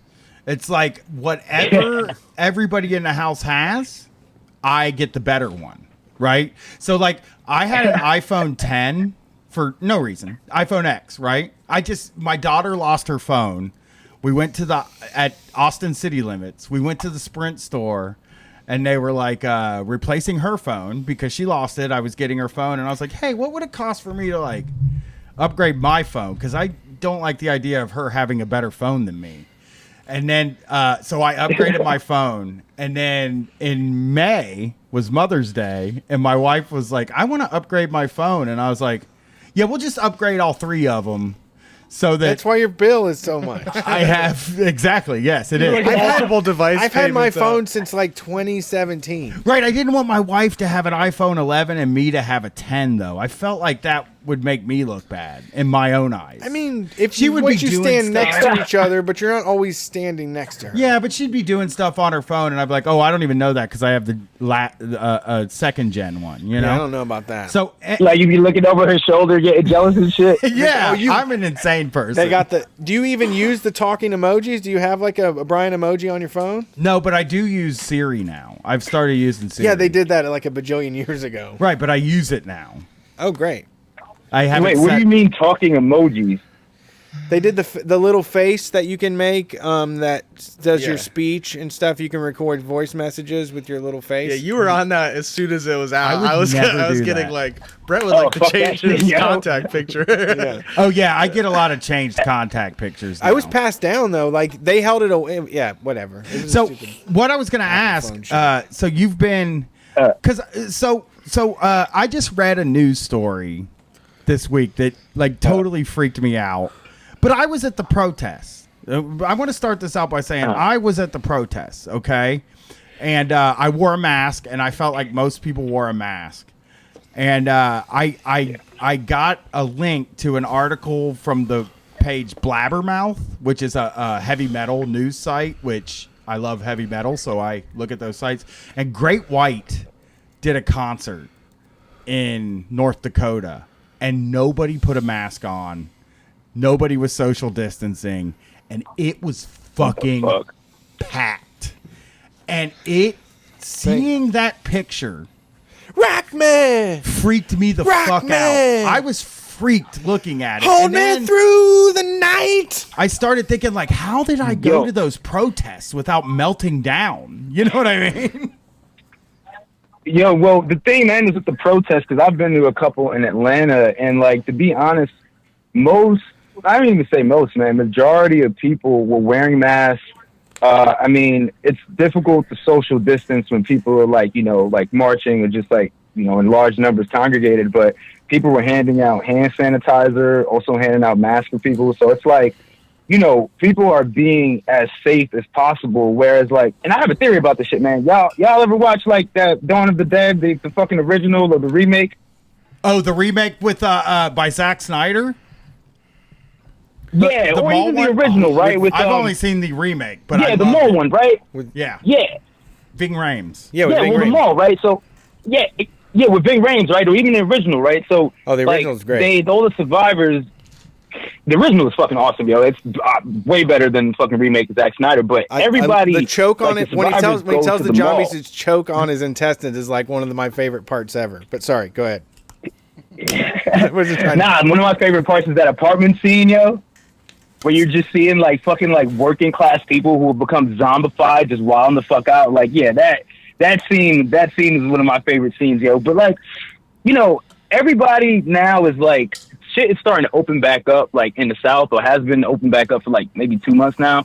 And like when I'm just driving through like Atlanta, like in East Atlanta Village, where there are all these bars and shit, and I see people, and it reminds me of that scene in Dawn of the Dead where the survivors go to the mall and like they're surprised that all these zombies are there, and they're like, yo, what the fuck are they doing here? And one character says, well, this is what they used to do like in their past life, you know what I'm saying? Yeah. Like they have like, this is, and especially then, like during like, I think it was like in the 70s, late 70s, that movie came out, so it's like a mid 70s, so like that's when like, you know, shopping malls, commercial malls were a big fucking thing. And I feel like quarantine has sort of like zombified everybody and made people not just restless, but just like seeking of any human connection. And where, normalcy, like, I'm too. looking at motherfuckers. Yeah, and normalcy, right? Yeah, you want to fucking... It's like honestly terrifying, dude. Yeah, because I started thinking about this too. Is like this has shown me that there is a large subset of Americans that think that all of their freedom is tied into going to Kohl's and wandering around without a mask on. And I was just like I could like shop online for a year in order to get this taken care of. But I mean, Ohio's opening too. Everybody's opening. I saw and the mayor of Atlanta has COVID now, bro. I did see that. I actually saw she has COVID, and it took 8 days to get her test back, right? Yeah, some crazy shit like that, dude. And she just placed a mandatory mask order now. What hope do you have if it takes 8 days to get the mayor's COVID test back? Dude, it's... No, go ahead. I keep cutting you off. No, you're good. You're good. No, it's just like, even my mom, dude, like my mom got tested and they told her that, like, we were under the impression that the test was going to be free. And she got like a $200 bill, you know, and her insurance is only covering like less than half of that shit. Fuck. So it's like, not only are there not enough tests, but they're not even like fucking free, you know? Yeah. So it's just like, what, like, they just want people. I mean, they just want people to die, is what it is. I mean, frankly, that's what the fuck it is, right? I feel that way they too. They don't give a shit. I mean, feel like a couple 100,000 fucking poor black people die. Yeah, it is really. It's one of those things where it makes me frustrated when I wake up because we're letting everybody down. Like we're all just avoiding it and not like shaking the table enough. Like we're not. I mean, like, we need to keep the pressure up that we had going. Like you really want to say it's not like, changing. are we really going to kill a bunch of old people? Like, is that really what we're shooting to do? Well, they're talking about now the annoying thing is sending kids back to school, and they're like, oh, well, the mortality rate for 0 to 18 is only this amount, but sending 56 million kids to go spit all over each other and then come home to their parents. Yeah, is only a couple tens of thousands, or maybe only 100,000 or something. Well, and then you start thinking about like the real logistics of this thing, and you're like, okay, so in my perfect world, they don't go back to school, right? And daycare stay closed, and people work from home, and we get through this thing, right? How does that work when everybody's going back to work now? And what I read about the new stimulus also is that they're going to start giving people a $400 go back to work bonus, where they will pay you $400 to go back to work. And it's like nightmare. That is this $400 over a period of repeated $400 over a period of time, or is it a fucking one-time thing like that $1,200 check? I gotta look it up. It said like You already know it's one time. I don't know if it's one time. God, fucking it might it's like that Waffle House bonus, man. It's like the Waffle House bonus. It's $100. You're like, that sounds so good right now, and I get a job, so I'll be steady. But then you stuck at working at Waffle House. It's like you're gonna take $400. Bro, that's weed money for me, yo. Fuck that. One time. But you know what? Actually, and I want to say that you're absolutely right, and I've said this, and not to be like to be too woke or anything, but like there are a lot of protected middle-class white people that are having panic attacks and getting extra therapy sessions and talking to their doctors, but this is affecting the black community at a far higher rate, and the prison community is has a way higher mortality rate than the rest of us, and those are the conversations that aren't being had at all amongst anyone. We're just avoiding this stuff while everyone tries to make ends meet during the crisis. Or people like Neera Tanden, right? Like, who will even fucking like say shit like, oh, like she had a tweet that said some shit like, oh, good thing that blue states like got hit first or some shit like that and reacted the way they did and became like a model for the country, and other people kind of mocking the South. You know what I'm saying? Like, as if, like, the black and, like, poor people in the South have any control over what the fuck their state government does, as if they're somehow, I mean, the people in the South, those people are on their own, are used to being on their own or fending for themselves or caring for themselves, at a much higher percentage. And the stereotypes that we have are so pervasive, and I don't know what's going to change them. It's like they just keep floating this by, and the NPR crowd just kind of nods along with it. Well, I mean, dude, that's why, like, the protests, like the Black Lives Matter protest and like Corona, like there's definitely like some dialectical relationship with that shit, because like more people have time off, like especially like young people have time off to go out there and protest, but it also makes like other people recognize that, your government like doesn't give a fuck about you, like it doesn't give a fuck about you at all. So it's like, well, I find it also interesting. Yeah, go ahead. No, you're right. I didn't mean to cut you off. I feel like I keep cutting you off. You make a lot of great points. I cut people off all the fucking time, yo. It's all good. No, I cut people off all the time, but it's really terrifying, man. Like I don't really see an end to this shit. Like, I don't know what the fuck is going to happen, but all I know is that, like you said, we need to keep up the pressure. And especially, like, what I'm worried about is after the summer, like, this whole movement against, like, police brutality, like, especially, I'm worried that shit's going to fizzle out, because, like, I don't see any concrete steps being made by, like, Congress or, like, I mean, fuck the president, he's not going to do shit, he's telling people, like, fucking wearing a mask is like fucking like emasculating, you know what I'm saying? Like that's some like, like whack shit. And it's like, I just don't see how people, like, mutual aid is one thing, but like we got a federal government for a reason, right? And there's only so much that communities could do against something that's so widespread. So, I mean, like, I don't fucking know, man. I feel like I'm just living in like the Twilight Zone right now. Like this is like, like just the twilight of like a dying empire, and it's really terrifying. It's really fucking crazy, especially living in the South. Yeah, that's understandable. I think that when it kicked off, the wild atmosphere of the initial protests for me I do. I mean, like there was a lot of young people that were fed up and don't have anything to do, and we do have to keep it going. And and it's a much bigger conversation. The issue with a lot of this stuff is you open up everything. We have to start talking about the whole world, and it becomes too big, and then a lot of people give up on it. And it becomes a problem when all you had to do is do like a Blackout Tuesday or something to be a part of the movement of 2020. But we really need to like actually start making more aggressive attacks at power and redistributing it and getting rid of it in a more serious way.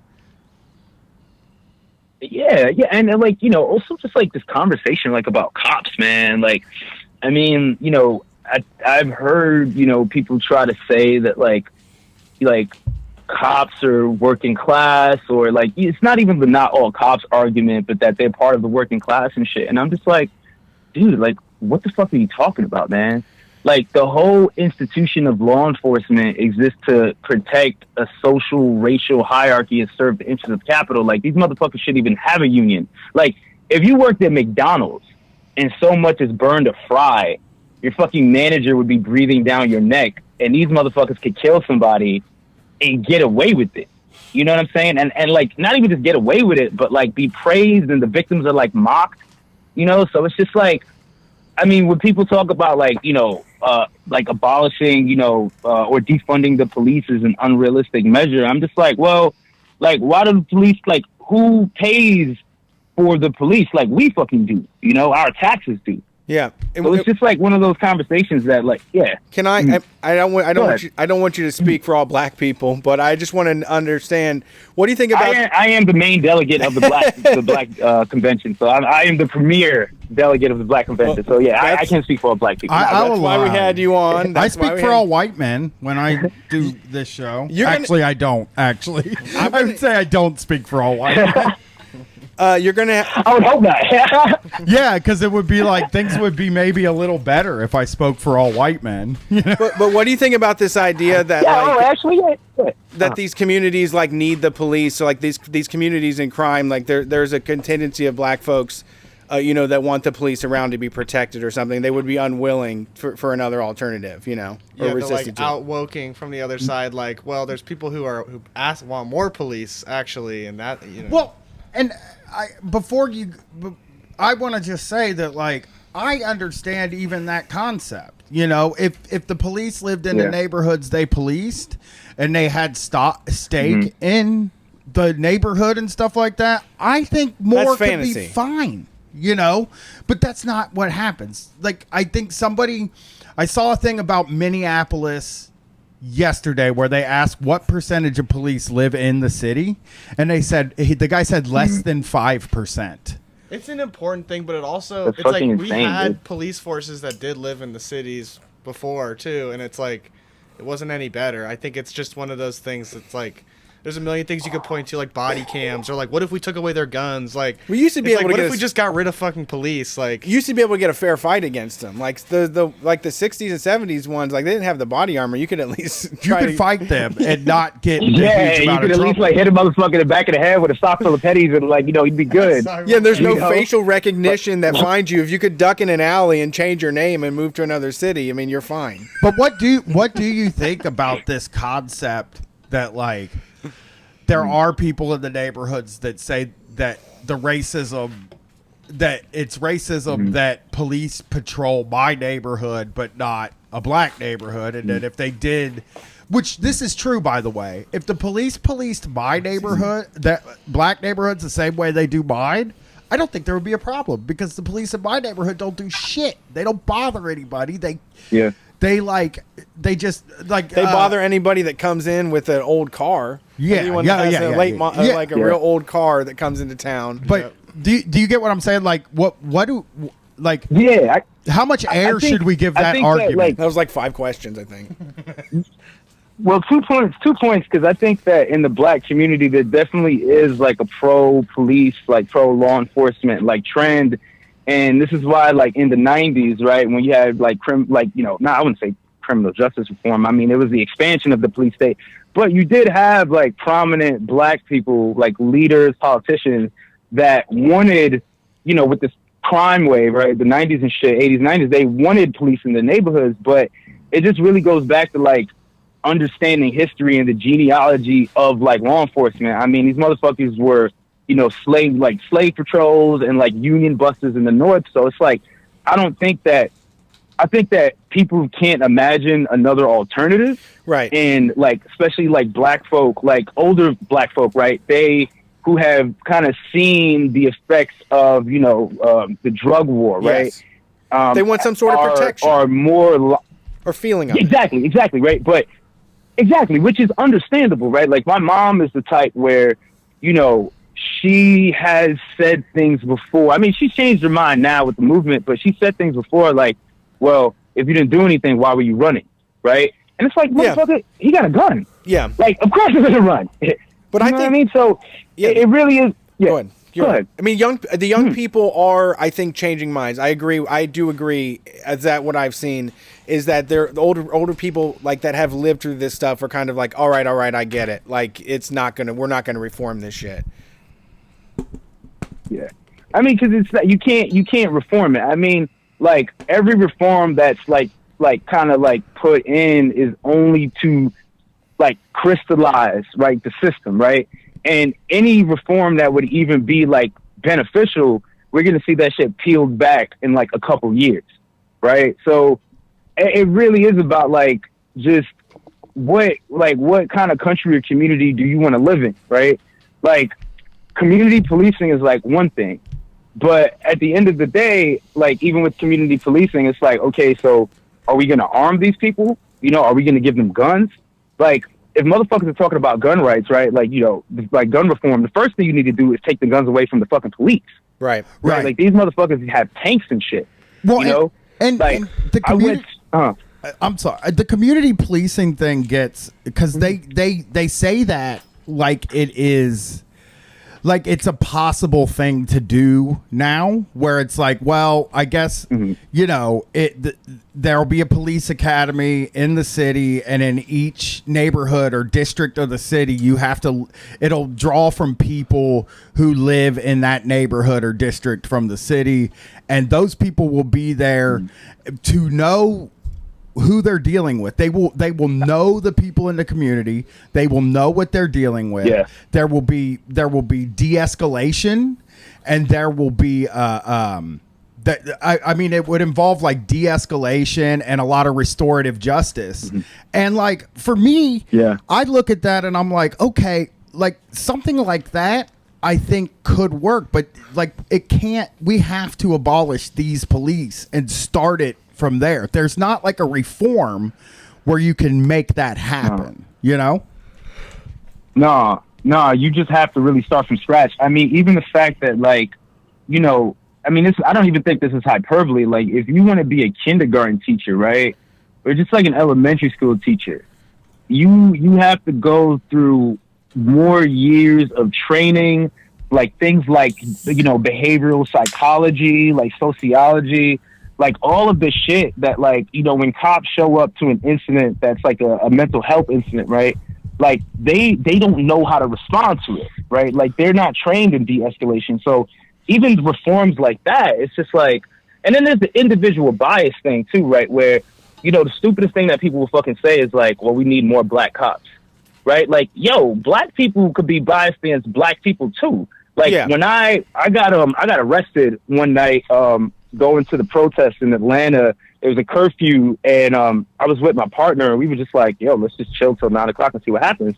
And they kettled us, like the National Guard and APD. And when I was like in the morning, when I was like in intake, because I got shot with a rubber bullet, so they took me to Grady Hospital in Atlanta. So I didn't stay in the cell with everybody else. I just like went to Grady. They brought me back in intake, and I was just, you know, it's cold as fuck in there too, man. So I'm just like shivering and shit, like trying to like stay warm. And there's this black cop talking about like, oh, like the reason why white people don't respect us is because black people don't respect themselves. Right. And I'm just like, dude, what kind of like boot licking shit is that, yo? Yeah. And like this motherfucker's like a, you know, he's a black cop, right? Like people would think that like, yo, if we had more black cops or maybe more black doctors, to use as an example with healthcare, right? Yeah. That is the same concept with community policing. Like people who look like you, who live in the same neighborhood, who have some common bond with you, right? Whatever it is. But that's just not the case, because it really is about, like, these motherfuckers do not, I mean, some of them do, but I really think that these motherfuckers don't get the nature of their profession. And the ones that do, like, they revel in it. Like, they enjoy that shit. You know, so, yeah, man, I agree, dude. Like, just abolish it, start from scratch. I know that's, like, not, like, I don't have, like, a fucking 8-point plan on how to do that. But, again, I'm not, like, the arbiter of, like, you know, making those decisions. It's not up to me. It's not really up to any of us right now. You know, it's up to people. I mean, decide what the fuck they want to do about that shit. Those first couple nights of protests, I felt like everybody was willing to, like, walk into the ocean together. Like, if cops would have just given up power that night, everybody was ready to start something brand new. And, like, it just got all hemmed and hawed, and the city got involved. And, like, but that night, the energy of those first couple nights were the what we needed to make the world a better place. And, you know, I want to apologize. I didn't mean, I asked that question oddly. I didn't mean to put you on the spot. I guess it's just that, you know, like, you know, we don't do it. Our show isn't, we don't try to speak for the black community or explain what it's like or any of that stuff. And I just, you know, appreciate the perspective and, you know, wanted to hear about that kind of stuff. So. Yeah. Hell yeah, dude. Like, you know, go ahead. We used to do a joke very early on in Street Fight because, you know, this show has always been anti-cop, where we talked about, as a joke, we said the word sheriffing, where there would be an office like Barney Fife and like on like a TV show where, like, if some guy like Alani gets crazy, right? Like some drunk redneck or anything like that and starts acting wild, it would be like, oh, he's, you know, Lonnie's up to it again. Let's put him in the cell till tomorrow and then let him go when he sobers up. Yeah, let him dry out. Yeah. Yeah, and something like that I think is fairly workable. The problem is that once it starts generating all of this paperwork, it starts ruining lives. And like, I just don't even think, I don't think that everybody should be acquainted with the court system. And when you start talking about who's acquainted with the court system, like, I mean, like, I read like studies that like black males in a lot of places make up, like, that the percentage of them that have been involved with the court system is like some crazy number, you know, like, and and like, for me, you know, I have honestly probably done a lot of the same crimes that a lot of the young black men are going to prison for. And it just gets chalked up to me being mischievous. You know what I mean? And that, to me, is that's a real reason why you got to get rid of cops. We know that. And we also know that a lot of the Back the Blue people are people that did these crimes. I know a guy that got written about in the newspaper because his son wasn't allowed to carry a Blue Lives Matter flag onto the football field when he was playing football. They wouldn't let him do it. And that guy, I used to do drugs with him and break into cars and steal stereos. And it's like, well, dude, it's like, how do you even define crime, though, right? Because, like, another thing too is, you know, and this is like the class part element of it, right? Is that, like you saying, like, the criminal justice system is so bureaucratic and Byzantine that if you have the money to get a lawyer, right, or legal counsel to help get you through it, like, you're good, right? Especially, I mean, if you have, like, you know, millions of dollars, right? Yeah. But people black and working class folk who don't have those resources, like, they just kind of languish and die in the system. Right. So, I mean, even besides, what'd you say? Brett was talking about this the other day, and it really jarred something in my mind. He was talking about eviction courts, and it made me think about the criminal justice system, in that, like, he said that people were getting in the room for this court, and then the judge was like, can you pay it? And they'd be like, no, let me explain. And he would just be like, nope, proceed like, with what the can you eviction. put towards it today? Yeah. and then would just assign them a sentence. And that's did it to like 60 people in a day. Yeah. Was just like burning through sentences every 15 minutes on Zoom calls. Yeah. And that to me is like, that is an indictment of the legal system. If we're like, we're just throwing people away without any regard for their humanity or their individual situation. We are just saying like, well, you did the thing, so you know. Because it's efficient. Yeah, we have to. I appreciate the call. This is a fucking legendary call. We'll have to get you to come on and do a whole third show with us at some point. Yeah, come on and do a show. I will DM you about. We'll try to put something together. I will get. Hell yeah! I will get you on a mini series at least. If you like metal, you. I appreciate. I just appreciate this shit too, man. Because like, I came up like through Twitter, but really listening to a lot of like leftist podcasts, and I used to listen to you guys at work all the fucking time, man, with your like small business tyrant stories and people calling in when I was fucking washing dishes in the kitchen. So like, it's been like, it's kind of surreal that I'm talking to y'all now, but it's also at this moment, I think there are too many like leftist podcasts like hosted by like white folk that don't have black people on. And I'm not like, you know what I'm saying? I'm not even, involved in criminal justice reform, like organizing work. Like, I'm just like, I'm just a fucking dirtbag dude who just like shit posts and like, interested in politics and done some organizing. But the fact that y'all, I'm really thankful that, y'all would have me on and give me a platform, like as a black person, to like speak about these issues because, I'd say, it's the same thing. Like when you talk about any of those groups, like women or whatever it is, like we don't really want to just grab somebody and talk to them just because they fit a category. Right. Like you are really good at what you do. You're a great communicator.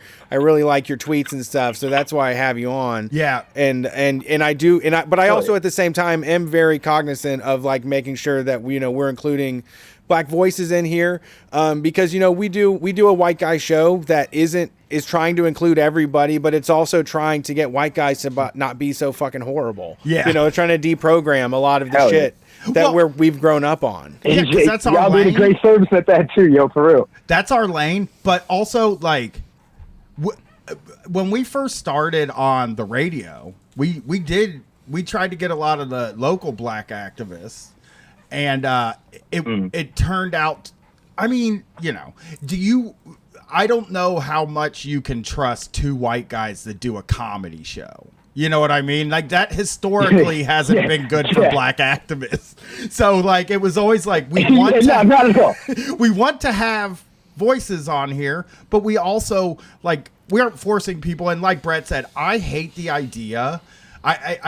I wanted to talk about trans rights one time, and I just went on the air and said, if you're a trans person and you want to come on this show and talk about trans rights, please do it. Because I don't want to have I don't want to have like a trans person on here that's here to do something and then be like, okay, now we're going to talk about trans rights. And it's the same thing with like any of the groups. It's like, you don't want to have somebody on and just ask them about the same about their race or something like that. So it's always like kind of it's such a weird situation to be in, because we really do.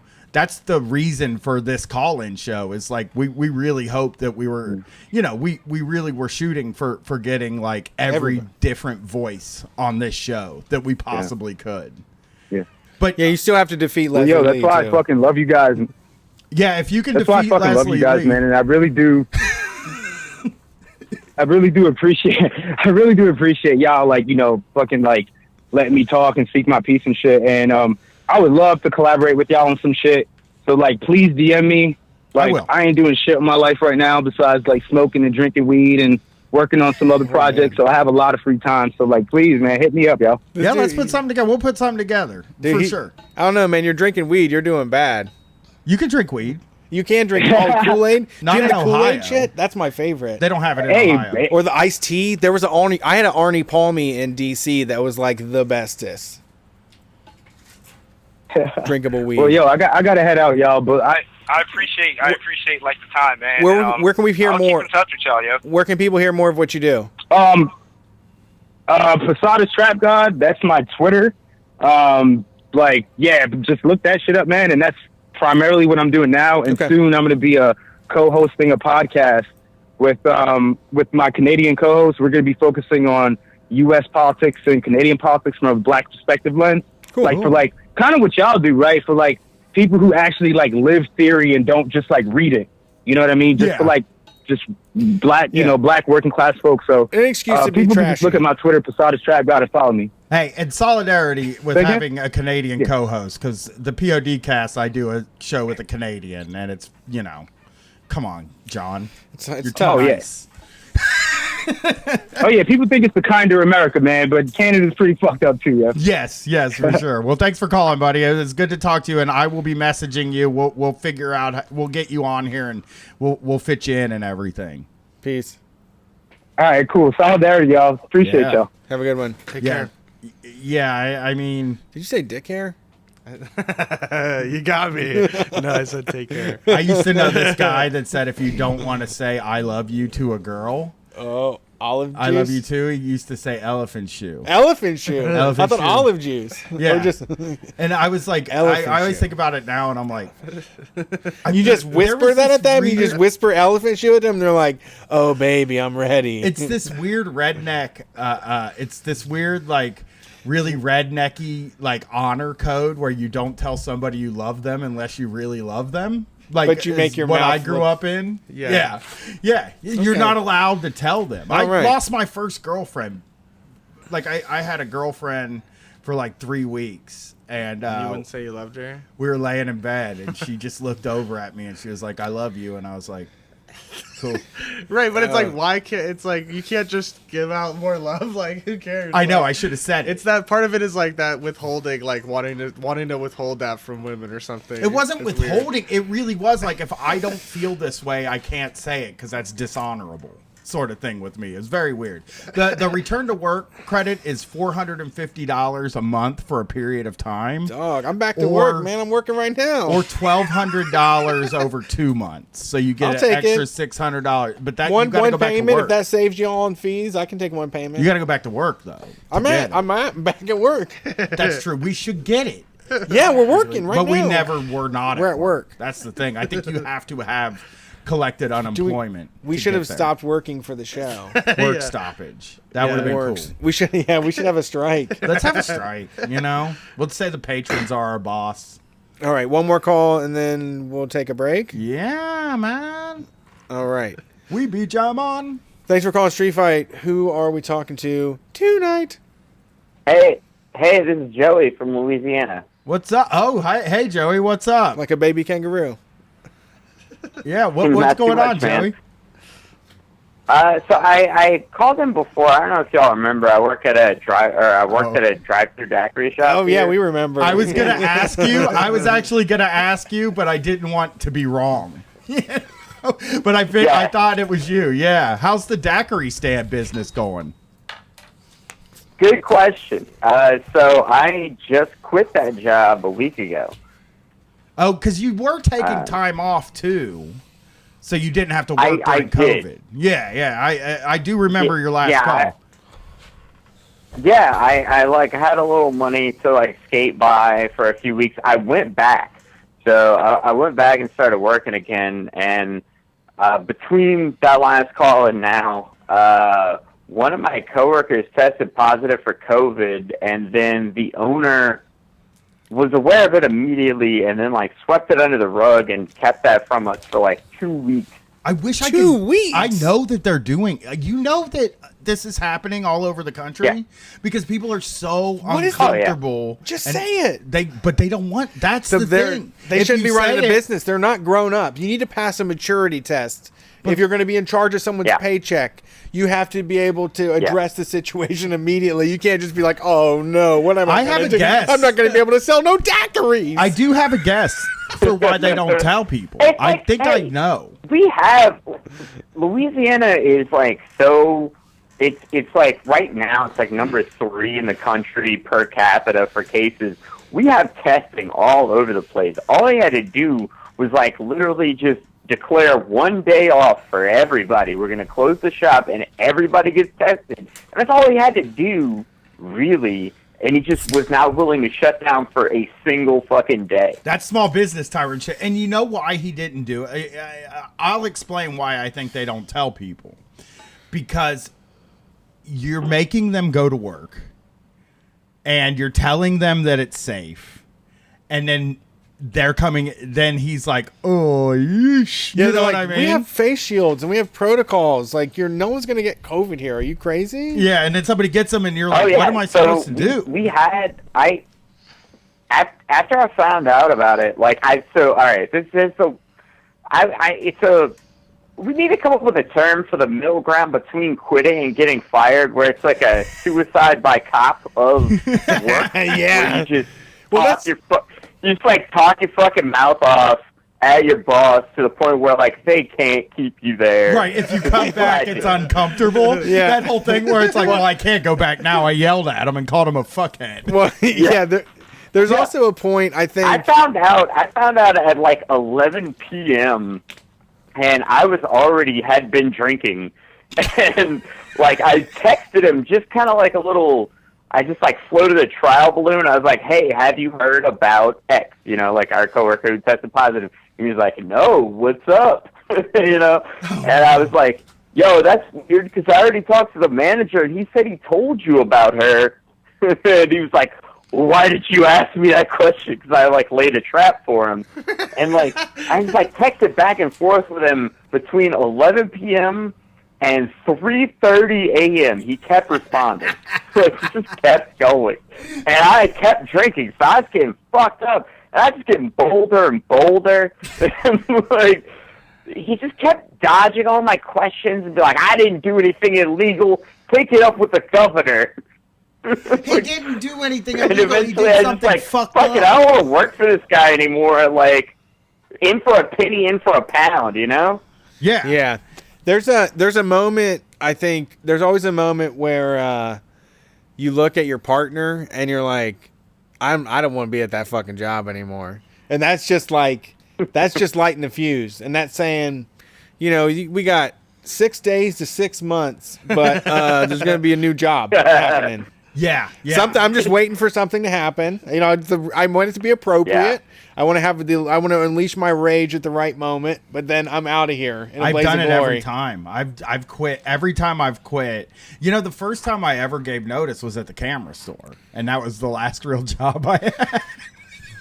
I had never given notice before. I had actually concealed the fact that I was going to quit and just, kind of stopped going in, So I guess I'm kind of like that middle ground too a lot of times. I took 3 weeks off work. When I quit the cable company, I took 2 weeks off at the beginning of the year and then came back with all my tools and said, yeah, I'm done. So I got paid that 2 weeks out. I took all my vacation time in January. Yeah, smart move. Which they probably should have suspected something was going on when I'm like, I need all my vacation time and all my PTO to take this one long vacation. And then I just went back and never went back. And it felt great. It felt wonderful. Love it. Oh yeah, my girlfriend did kind of a similar thing where it's you kind of just try and be as bad as your job, as bad at your job as possible. Like doesn't work. She had a setup where she had been there so long they like owed her severance if they fired her, so she just did not want to quit. She was just like, I'm just gonna slack hard. That doesn't work. Try and get them to lay me off. That doesn't work, though. I tried the same fucking thing, man. At the cable company, they got bought out while I was there, and they laid off five or six people that had been there for like 25 years. And I was like, yeah. Why didn't you fucking these guys love this job. You could have laid me off and there wouldn't have been any problem because I had been trying to fucking get fired for 6 months. I'd been back to work after my injury for 6 months, and I'd been trying to get fired. And I got in trouble, and then a few times. But then, like, right before the end of the year, I had my year-end review. And they were like, hey, you're doing great. We're giving you the maximum raise. And I was like, well, I'm just going to have to quit this. They're not going to fire me. It's not going to happen. Yeah. You know? Yeah. I mean, I was doing such dumb shit. I had been at the daiquiri shop for 5 years, and just like, I know how shitty most people are at that job because of like who they hire, and it's just like it's a job you can slack off of. So like, there's a lot of people who just give less of a shit than I do about it. So like, it isn't hard to be a good employee at that job. So I was like, I can't passively get fired. I have to actively get fired here. Yeah, like, yeah. The only way is for literally me to like call the owner a coward. You know, like, Yeah. Is that what you called him? Yeah, no, like so again, it was like 4.5 hours or something that we like texted back and forth where I just like kept badgering him about shit. I screenshotted it all, and it came to like 65 or 70 fucking screenshots. It's just like this long thing of me getting drunker and him getting just, I mean, like, he's fucking 60. Like, at 3 in the morning, he's not as sharp as either. So, like, I was, at a certain point, I was just trying to bait him into saying something incriminating. I just decided, like, all I'm going to do is try and get dirt on him that I can sue him for or report him for or whatever. Blackmail is very, that was my whole goal. That is so fucking great. That sounds like a Louisiana solution too. Yeah, and you know what? I'm sure if you got like, you always have daiquiri stand to fall back on. I've always said this is like the smartest thing I ever did in my life was work at that cable company, because now if shit goes all the way wrong, I can always go back and do that. I can always go sign up for a terrible job. Yeah, and I can move anywhere in the country, and there's cable guys everywhere in the country, and the companies are always hiring, you know? Yeah, I guess, you're back in cable. No. I literally had someone say that to me when I told them I left Cupid's Daiquiris. They were like, because I was kind of like, I'm not exactly sure what I want to do right now. Like, I'm in a situation where, like, my bills are paid, and in theory, I got enough money for next month's bills, you know? So, like, I've got a cushion. So, like, I was like, I don't know what I want to do. Maybe I'll look into getting into something else. College? And they were like, you can do college? Go to Frankie's Daiquiris, like, a block away. And, like, I know daiquiris, buddy. Put me on the fucking schedule. Yeah. Like, I can take my talents to South Beach and fucking... Yeah, like, there's a Senor Frogs in, like, St. Martin that you could go to, really. Yeah, you could also go to, like, North Carolina and work on, like, Hilton Head or the Outer Banks. Yeah. You go to Myrtle Beach. Salty Dog. There's been a part of me that's always, like, once I've understood how simple that model is and, like, how good of money it makes, I've just been like, I want to go to, like, Costa Rica and just open a daiquiri shop. Yeah, drugs. Like, Legal drugs really is, like, a really profitable way to make money.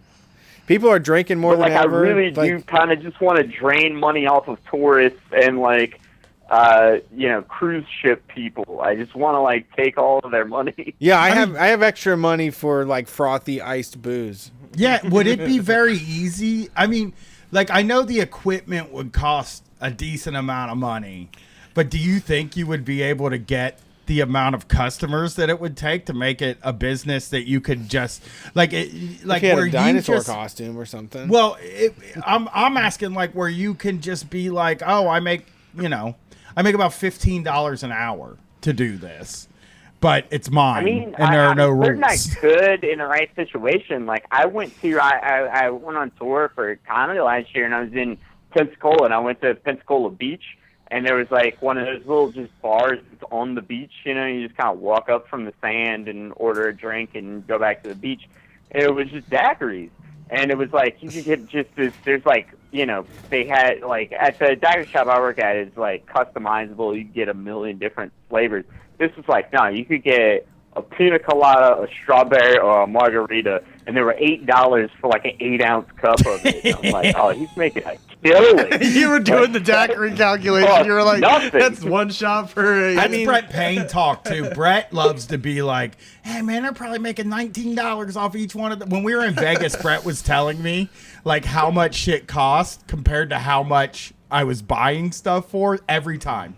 He was just like, "Man, you know, we went to Starbucks, remember? Yeah. And I needed a cold brew, which I buy here for $2.99, and it was $7 there.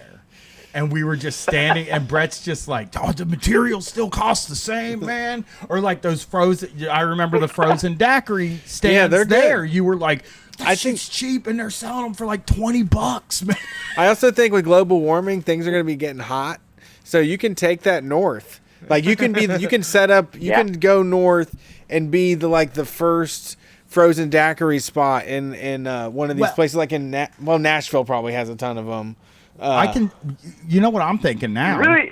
Look, it's so simple. All you need is just like syrup, Yeah, we know. liquor, water, and a machine. You can't say it out loud, then it's like takes away the machine. Like even if you don't buy a daiquiri machine, you can buy like a Vitamix and use ice and just make shit that way. No, it's not sugar and That's it. Everclear. It's Maui Wowie, okay? Yeah. Stop it.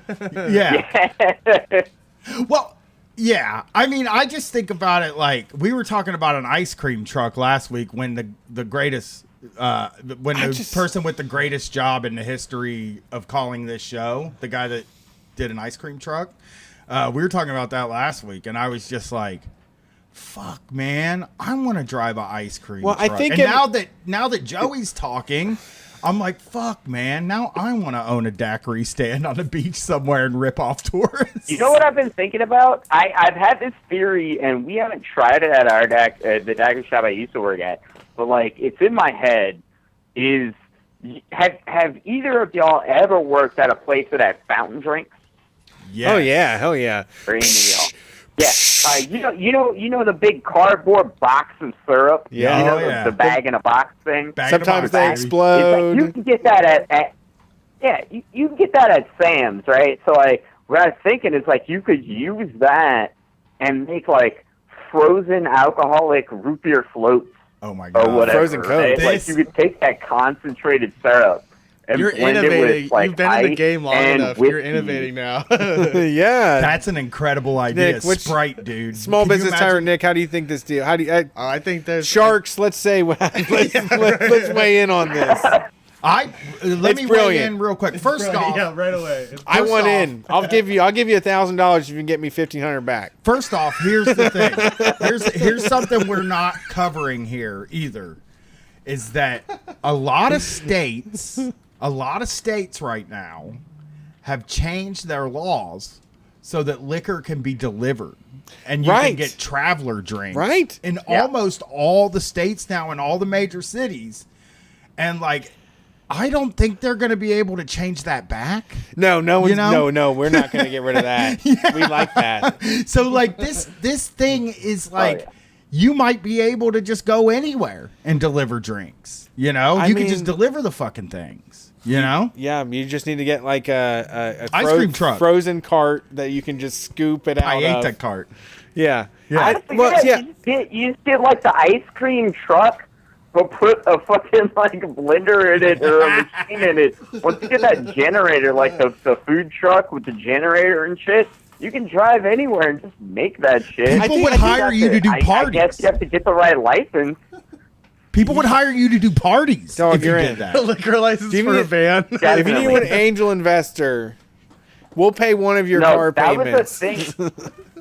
That was a thing right after like the stay-at-home order kicked in. Is one of my coworkers, like he was in some sort of it was like a Facebook group that was kind of like your like neighborhood group or whatever. You're like I forget what the fucking app is called, but it's like the Nextdoor weird snitch neighborhood app. Nextdoor. There's like Nextdoor, but there was like a Facebook equivalent, and everybody in that was like, man, I wish instead of an ice cream truck there was a margarita truck. And then he was like, yo, I work at a daiquiri shop. I can just, like, take orders and go do, like, no contact delivery for, like, a gallon of margarita. Yeah. You also, we looked it up, He and was you just can, like, you can get an incredible ice cream truck for $12,000. One with SpongeBob on the side. Yeah, and well, Paw Patrol on the back. Yeah, it has SpongeBob on one side and Paw Patrol on the other side. And I was looking at that thing like, maybe I'll just get that instead of a car. I think what we found in this economy, that what it seems like the best idea is, what can you get for $1 and sell for $4? Like, that's just, there's no more splitting hairs. Like, I just need to take this syrup and turn it into triple. Yeah, what I pay. Which I think would, again. I mean, that for daiquiris, because it's like, it's so much like flavor involved in it. You really, I make them they're at my not house. crazy strong unless you get the strong one.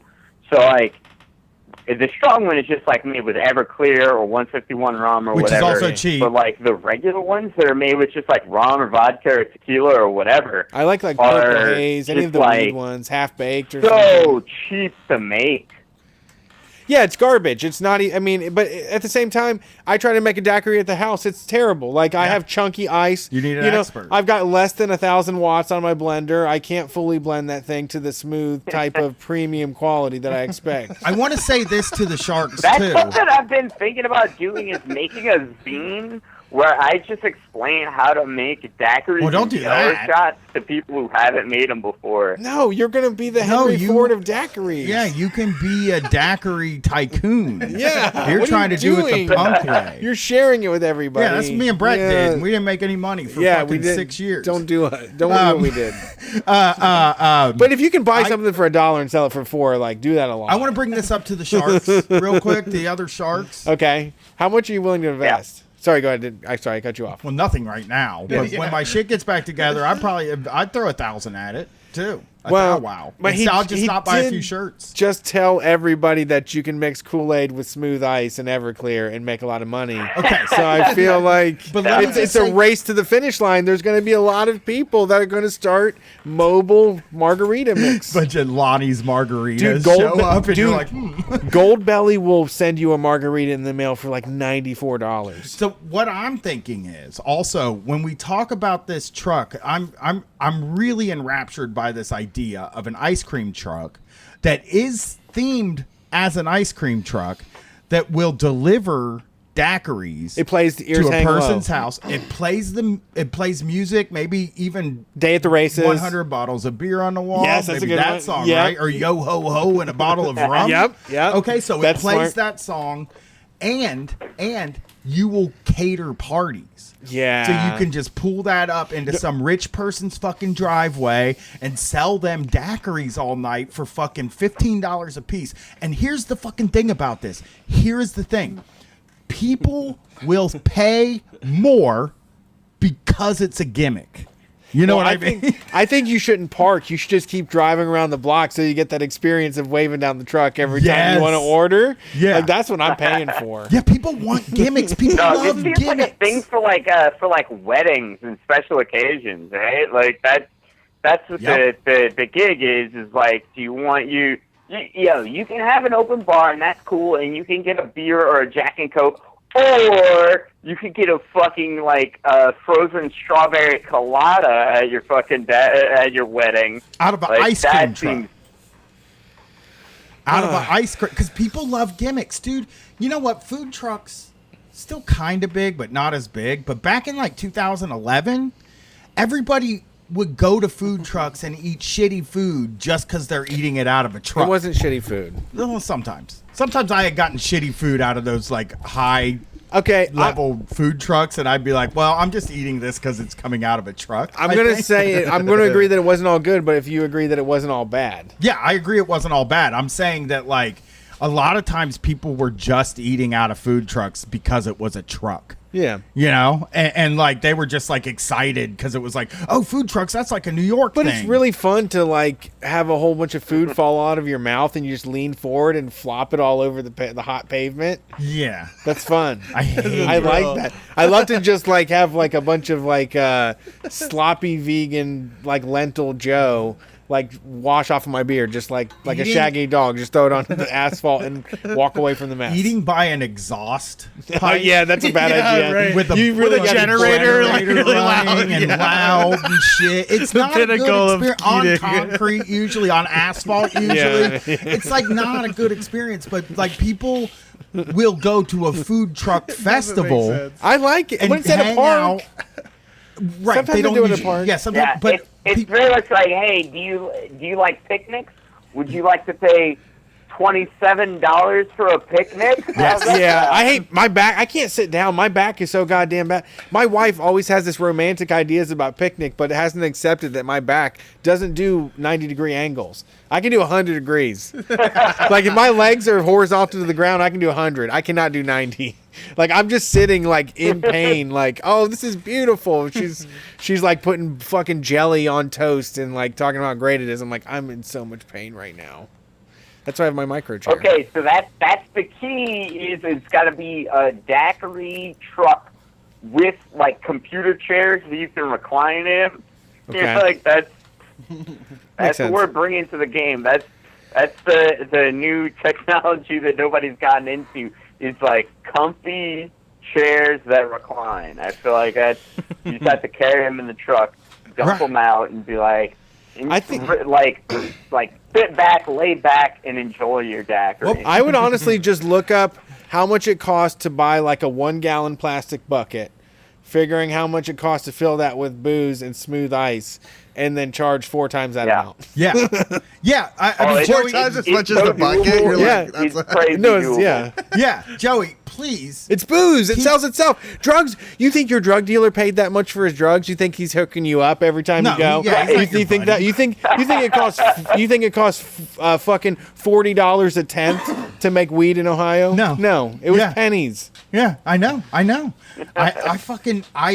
think You had to pay $100. Someone said you had to pay $100,000 for a booze license in Florida. So yeah, you're charging 4 times whatever that bucket of booze costs, and people will pay it. And you throw it at them as hard as you fucking can, and they won't complain because they're all fucking wimps. They've been beaten down by the American government. That's true. Well, Joey, I want you to do this liquor ice cream truck. Yeah, get 'em. really bad. We need it more than ever. Street Fight will Invest if you want to do it. All right. And You gotta drive it- please keep us posted on this because I love this idea. I Yeah. think as I'm Mr. Wonderful. You're Mark Cuban. Okay. I love it. I'm ready. love this idea. I'm ready for the deal. We can get you in on a deal. Well, to I make mean, this we can happen. get you All a little right. bit of money. If I do make the daiquiri truck, it will be called Lonnie's Daiquiri. Thank you. That- This is like telling someone. This is like telling someone like, I will buy a brick of cocaine if you'll sell it. Yeah, you can put our logo. You're fine to use the black and red too. That's Yeah, fine we'll with give us. you We're okay with that. We'll Permission get to you a high quality- franchise? 2 primary colors. Okay, we're taking with now our idea and we're franchising it to you. No. You can buy in on a franchise. We'll get you set up. No, I want him to run it. I don't want anything to do with it except for just to get money from it. Yeah. Lonnie's Yeah. Daiquiri. Hey, Intellectual, yeah. Hey, I guess if you're a this is listener ours. We out just- there and you want to run a Lonnie's Daiquiri truck, you let us know. Dude, you're We're fucked in franchising court. them out. This is like on record. We came up with the idea that it was going to make you $1 million. You fucking screwed the pooch, man. I'd love if it were extremely successful, but then it turns out it was completely illegal the whole time. Yeah. That's the issue. The's going to be some a lot of bureaucracy. street Yeah, we're going to do a lot of. If we're going to do the jail time, Yeah, you would be. I'm going to call you. I'm going to use my. Just like an illegal alcohol. Yeah, that is a street fight business. I'm going to call you Every from time. jail. I'm going to leave an angry message on your voicemail from fucking jail. That's what I use my one call for. I mean, there hasn't Prohibition been. era, like. Yeah, street fight ideas are always illegal. Yeah, you're going to get in trouble. we've You're going to get in fucked up. trouble if you do them. There's great ideas, but you're going to get in trouble if you do them. Yeah, but you just let us know. We're willing to get in trouble. We've always been. Yeah, you can get a little bit of trouble. Yeah, it's fun. Thanks for calling, Joey. It was Yeah, fun. I appreciate it. Hell yeah, man. It's great to talk to y'all. Yeah, it was very fun. Have a I good think night. this is an idea. This is We got maybe momentum. not $1 million idea, but a $500,000. Oh yeah, oh yeah. Which, hey, 500 grand is a good money. Yeah. I fucking, I do it for a fancy T-shirt. I know. I would. I mean, if I gave him 1,000. Yeah. And he got this thing running, and he paid me back $1,500. I would call my dad on the phone and be like, "So I made a wise business investment." It's called loan sharks. It's It's illegal to charge that much. What would really happen is you would pay $1,000 and then nothing. Yeah, would ever that guy would all of a sudden he get a new phone. You would have a Cricket Mobile change up. I mean, that's also good though for us. To get for scammed. Street Fight, we get scammed. It's like, oh, okay, You know what? Means TV got ripped off for shirts. Hardcore twice. Somebody double dipped for 5 shirts. Oh, really? Yeah, and I was you can't like, give away the way they did it. I felt bad. No, I'm not giving it away, but I felt bad because I set you all up with the merch thing, and then all of a sudden there's 5 shirts got jacked to somebody in fucking Texas. So they're a smooth criminal. They got away with it. Nothing's going to happen. We filled out all the fucking paperwork and wrote messages and showed the same person ordered this twice, and they don't. The credit card company doesn't care. What are you gonna do? That's business, baby. Yeah, I mean, that's what you know. That's what it's like to be a shark. That's what it's like to be a part of the shark. Life, yeah. We're All right, sharking out here. We're gonna hit our break now. We're gonna come back and we're gonna knock out the rest of these calls. Nobody else call in because we're not. We have gonna a good get to queue. it. No, we have a Yeah, good we're queue. good. If you're on the line right now, you're in. I got you all locked in. You're probably gonna have to listen to a lot of complaining from Brian for a while, but we'll get back to it. Thanks for listening to Street Fight. We have music this week from a listener. Their band is called Heat Map. You can find them at heatmap.bandcamp.com. I gotta pee my pants real quick.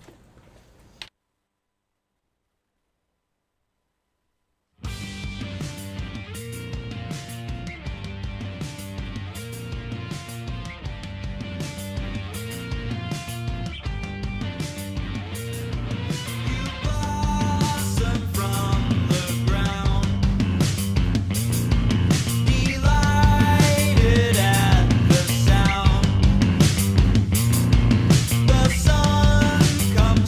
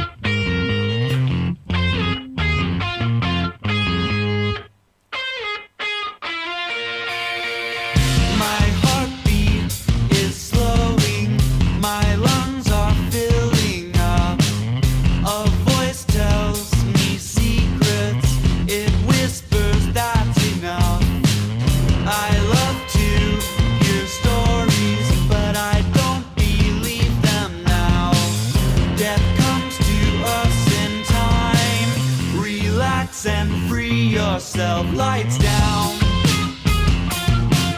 For sleeping. Lights down. For tired now. Lights down. For sleeping. Lights down. Release me now. Lights down.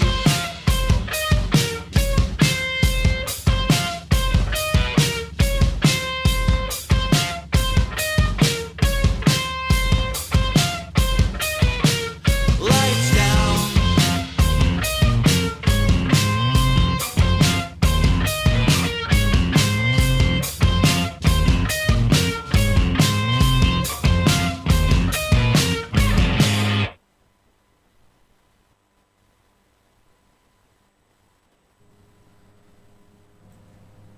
All right, everybody, welcome back to Street Fight Radio.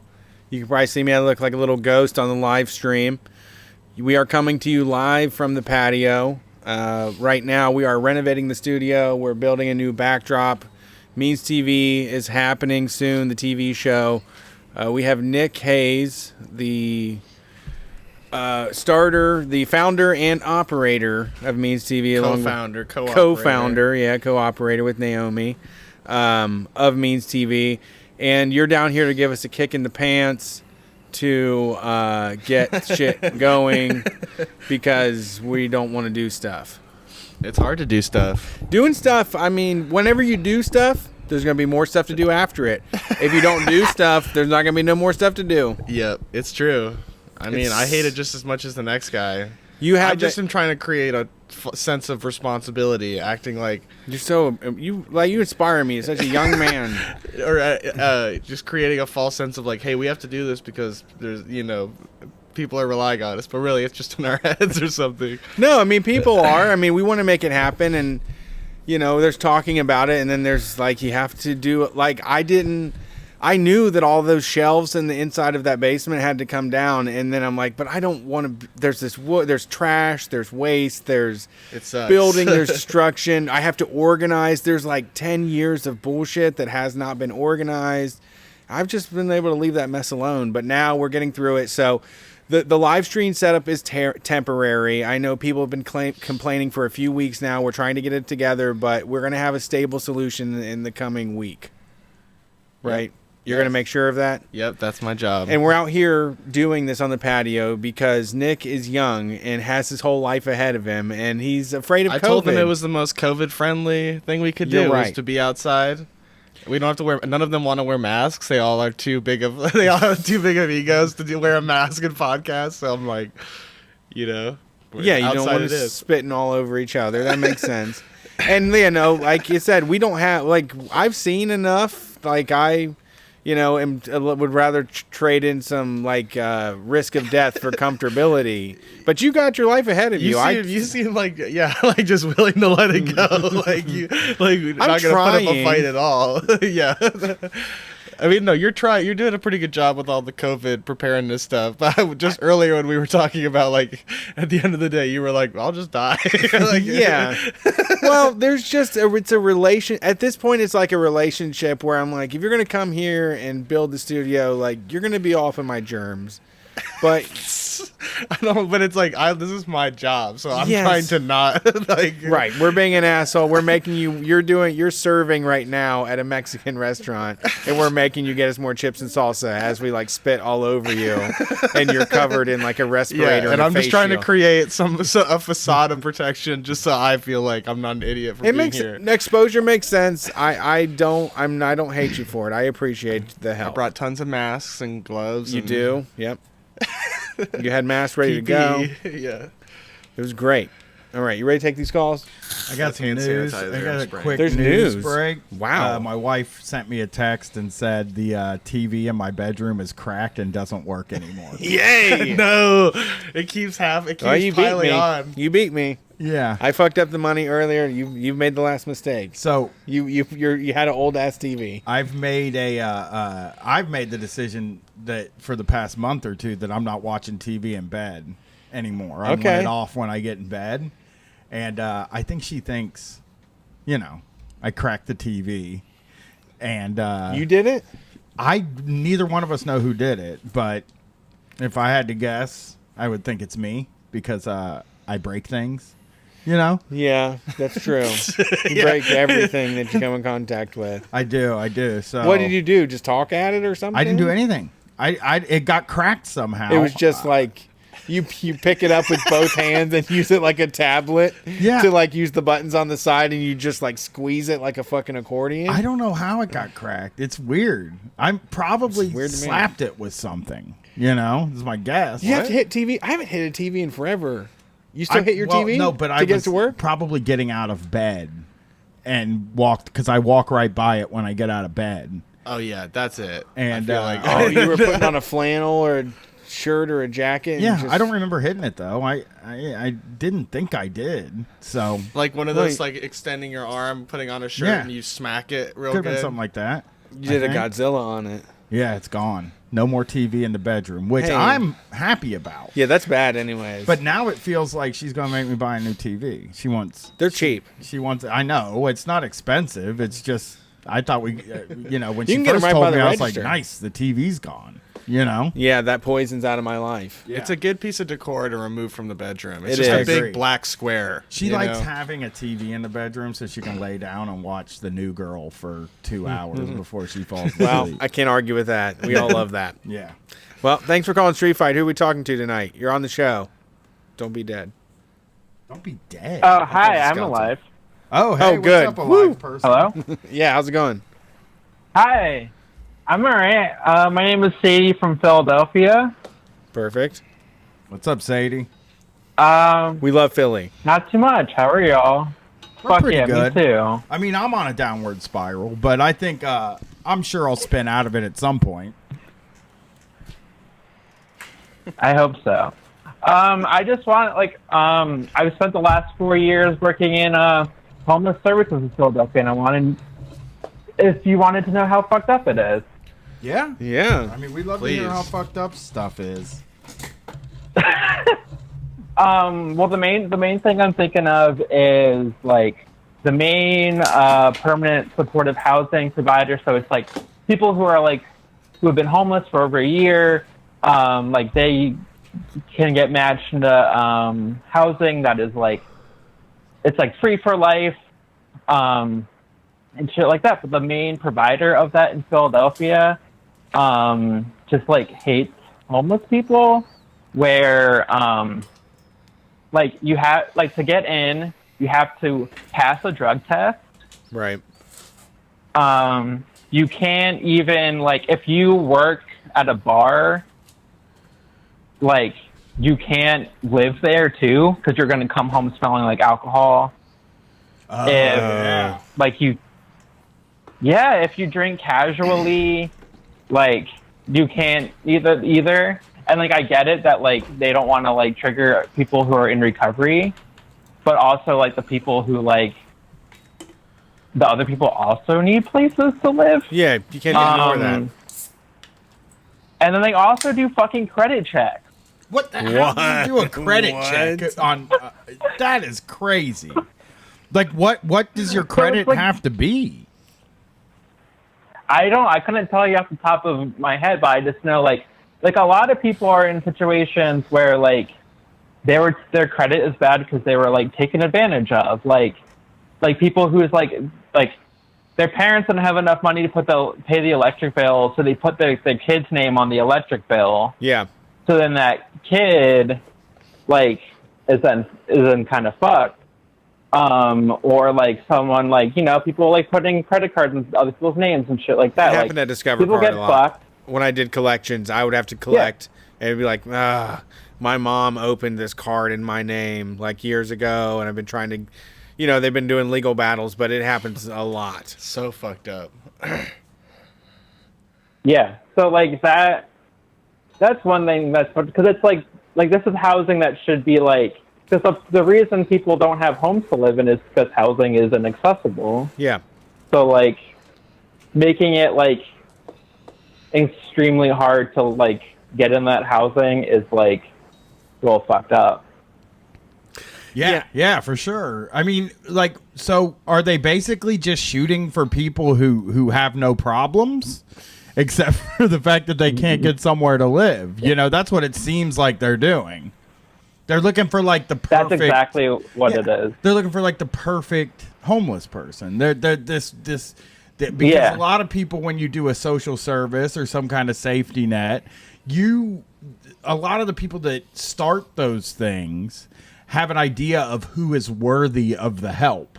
Yeah. And that's who gets help. This is like you talk to anybody who is angry about welfare, any of the social safety nets that we have and in this country, the teeny tiny little ones, they always say like, well, you know, we don't want people to take advantage of it, you know, and it's like, but people don't really take advantage of it. And it's like, it feels like if you were doing something like this and you wanted to drug test people, that maybe, you know, maybe if somebody tests positive, you can offer them treatment or put the people that maybe aren't ready to stop in a separate area from the people that are in recovery. That doesn't sound impossible. Exactly.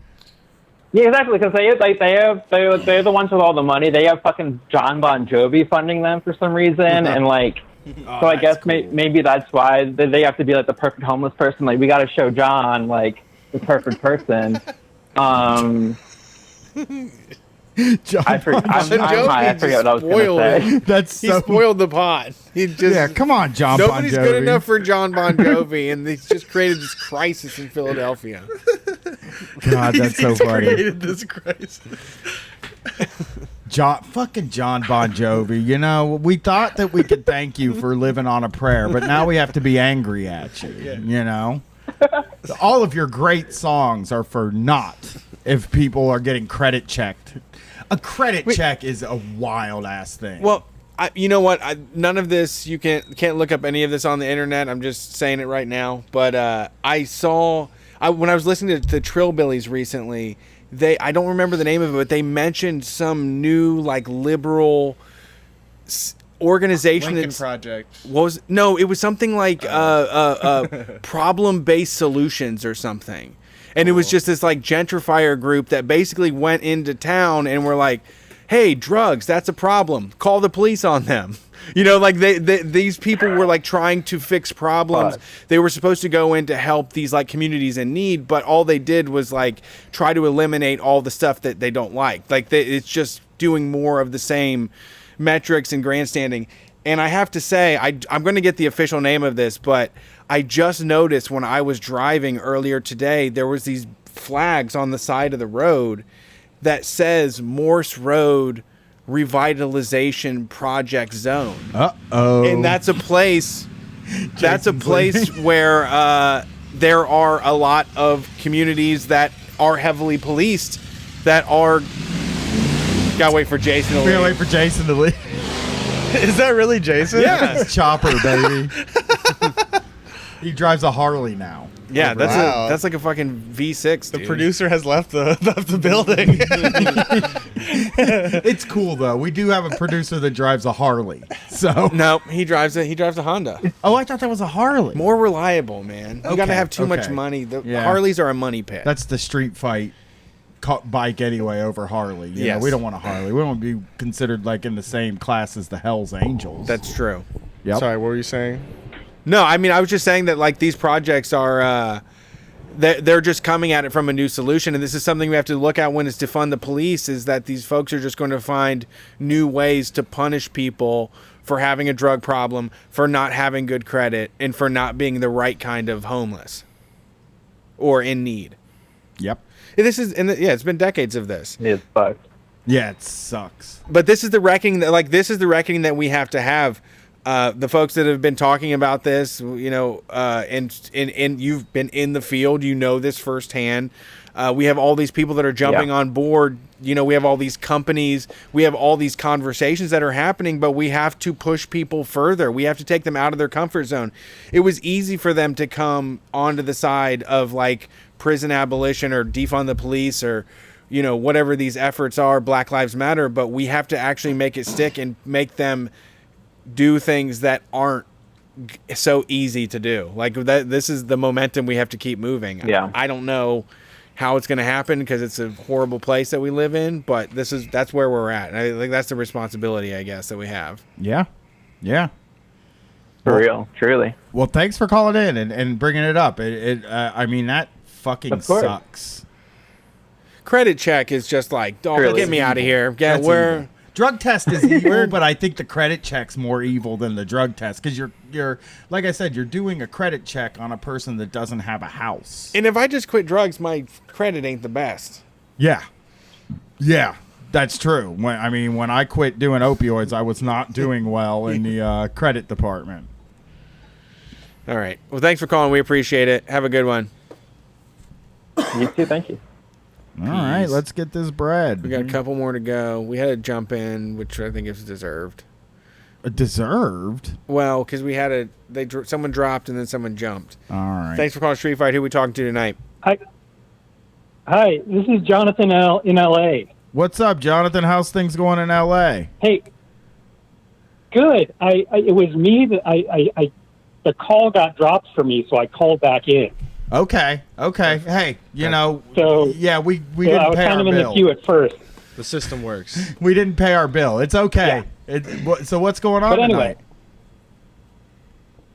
nothing. I just wanted to call in and say that, well, first of all, I'm a Means TV subscriber. Nice. And Thank you so much. I can attest to all of the great shows that are on it. Yeah. Thank you for saying that. There's a lot of good. Out there, There's the good stuff. I mean, like, talk about like the old days of spending money to rent, spending $4 to $8 every Friday night to get a few movies, maybe a 2 for $3 deal. I mean, there's enough stuff coming out every single week that spans so many topics. There's a lot of great stuff to see. It's good. Sorry. yeah, I like the Means Morning News. Oh, yeah, We do the too. Sams are the best. And I like Professor Wolf's talks. Nice. Oh, cool. Well, you're gonna love Street Fight TV. It is. Well, I know. I want to know more about this metal show you're talking about. Oh, that's Tell me more about this metal show. That's the Patreon mini-series that is going to start this week. We're going to have some bands and comedians come on.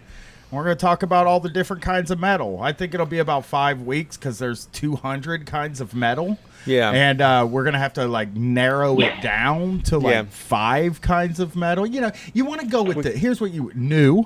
Okay. New metal. Thrash. Okay. Of course. Death. Yes. Death. Probably black. Yeah. Black seems like a reasonable choice. Tough conversation. It is but that's why I think it's a good choice, because we should talk about that stuff. And then what would 5 be? Old. Like Judas Speed Priest. metal? New Old wave metal? of British heavy metal type stuff. You know what I mean? Well, I was going to say what I also Yeah. there's also Traditional or classical. Classical yeah. heavy metal. And you can even throw hair metal into that. UFO. Actually, mixing we'll do genres. 6. You're we'll mixing do a hair lot. metal, and then we'll do UFO isn't hair metal. No. We'll do hair metal, Okay. and then we'll do 6 episodes. We'll do hair metal, and then one more of UFO, Judas Priest, just the earliest stages of metal. Okay. You know what I'm saying? Black Sabbath. You got to kind of throw some stuff in together. That's how these things work. You can't do 10 shows. Well, I you think can. it would have to be. We're gonna have to come back because we're gonna miss out on a lot of metal. I didn't hear grindcore mentioned at all. I guess I also didn't mention metalcore, which is a very Yeah. important kind of metal. Yeah, you did. You forgot some. Yeah. Okay. Well, we'll figure There's this also. out. There's I so want many to talk about kinds the of new metal. stuff. I want to talk about 2000s and 2020. Yeah. Like the modern day stuff, and the young people that listen to Breaking Benjamin and stuff when Right. they were 10 and thought it was the hardest shit ever. Right. I'm gonna start Krog, contacting Tech Death. Yes. I'm We gonna can start do contacting some. I want to do Doom. industrial metal too. What about the slow shit? What about Doom? No. You're No, overwhelming you don't him with acknowledge genres of metal. He's We don't gonna- acknowledge slow stuff. Doom and stoner metal, that can be combined. Yeah, I mean, I have a very hard time. I know people are going to get pissed about this, but that is a really hard kind of music to listen to. I gotta say, because the metal I like.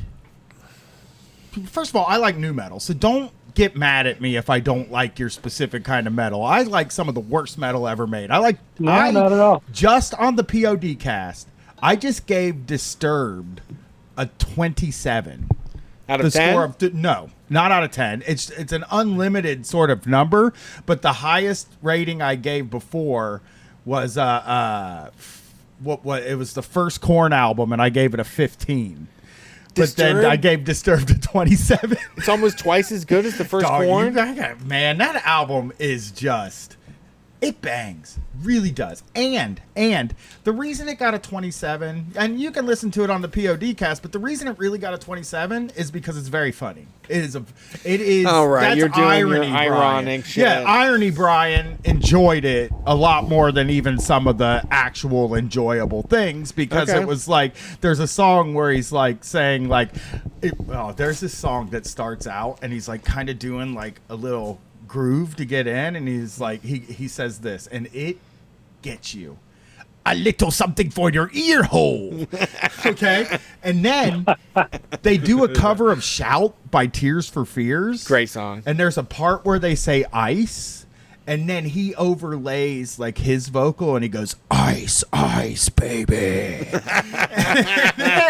and then the first song on the album, as part of the bridge into the chorus, he keeps saying, I'm going to talk about some freaky shit now. It's just a really funny first song. It's like, how can I give this album less than a 27? You know? Yeah, I guess. 27. So, what kind of metal are you into? I like mostly the classical, and I like the stoner. I like the thrash. Ah, yeah, the stoner stuff from the 80s, 90s. I mean, I feel nothing after 2000, kind of. Really? There's some good stuff. You should check out Power Trip if you like thrash. They do like 3-minute thrash songs, not trash. They do like 3-minute thrash songs, and they fucking rule. But like the thing about the doom and stoner stuff is like, I've listened to the best band of all the bands. I've listened to Sleep, which is considered the best of all the bands. I got no joy out of it. Right. And it was just like, I think you should listen to the Electric Wizard. Okay, I will give Electric Wizard a chance and see what I think. Dope Smoker? It's just so like, here's the thing about it. It's slow and then intentionally repetitive, which is like, I don't know, man. That's why I don't listen to techno music. It's because it's repetitive. You know what I mean? It's soothing. The repetitive. It's like a wave washing over you of familiarity from 5 seconds ago. It is. Yeah. It's like they did that with krautrock in like the 70s. Can had this like the idea of like Buddhist incantations where you just keep saying a mantra over and over again, and after the like 500th time you said it, like it feels different than the first time. Like it just all of a sudden every new instance of it becomes a unique experience. I want when I listen to metal, I want it to make me feel like running through a wall. Yeah, okay. And throwing air punches and kicks. That's like how I want to feel. Okay. I want to listen to it and feel more powerful because I'm listening. You know that thing where like a really heavy riff kicks in and you're just like you just want to, like, you're listening to your earbuds and you want it to take over your nervous system. Yes. You want to kind of speed control of your nervous system. Yes, because like I get this thing when a really heavy, like, great riff happens where I just want to stand and spread my arms out like, nobody can defeat me, you know, I have all the power, I'm violent, you know, that's how I want to feel. And that's why I'm super into this now too, is the violence. That's why I like metal. Yeah. Right now. Like before it was always like, oh, you know, like Korn, you know what? Limp Bizkit and stuff. It was like, these guys understand my feelings, and I'm really getting my feelings out here. Now, I just want it to be 1, evil, and 2, heavy, so that I feel like, you know what I mean? But also, like, I listen to Typo Negative quite a bit, which is not heavy and is slow, you know, and weird. Yeah. It's my favorite band right now. Yeah, I think for me, the thing I like the most is that it is really empathetic in the way that, like, it talks about the miserable ways that people die Even like listening to some of the 90s stuff, it just, you're always looking up the worst way that people are getting killed. And something about it I think is empathetic. I think it's to say like there's a worse situation to be in. There's people getting ripped limb from limb, today. Yeah. It wasn't me. I see but and also like the early days of it, and I think that's what's been the good part is that in the 90s, there was a lot with black metal and with like Pantera. There's a lot of like white supremacy and weird racist overtones. Pantera is not. They're white supremacists. The flag. I understand that. And Phil Anselmo has done the Zig Heil. But I don't think the songs were specifically but the guy intended. Is. Yeah, he is. And it sounds like hate crime music. The sounds, I mean, it's the sound of music before like someone gets killed before being called the F word. There's a Pantera song playing.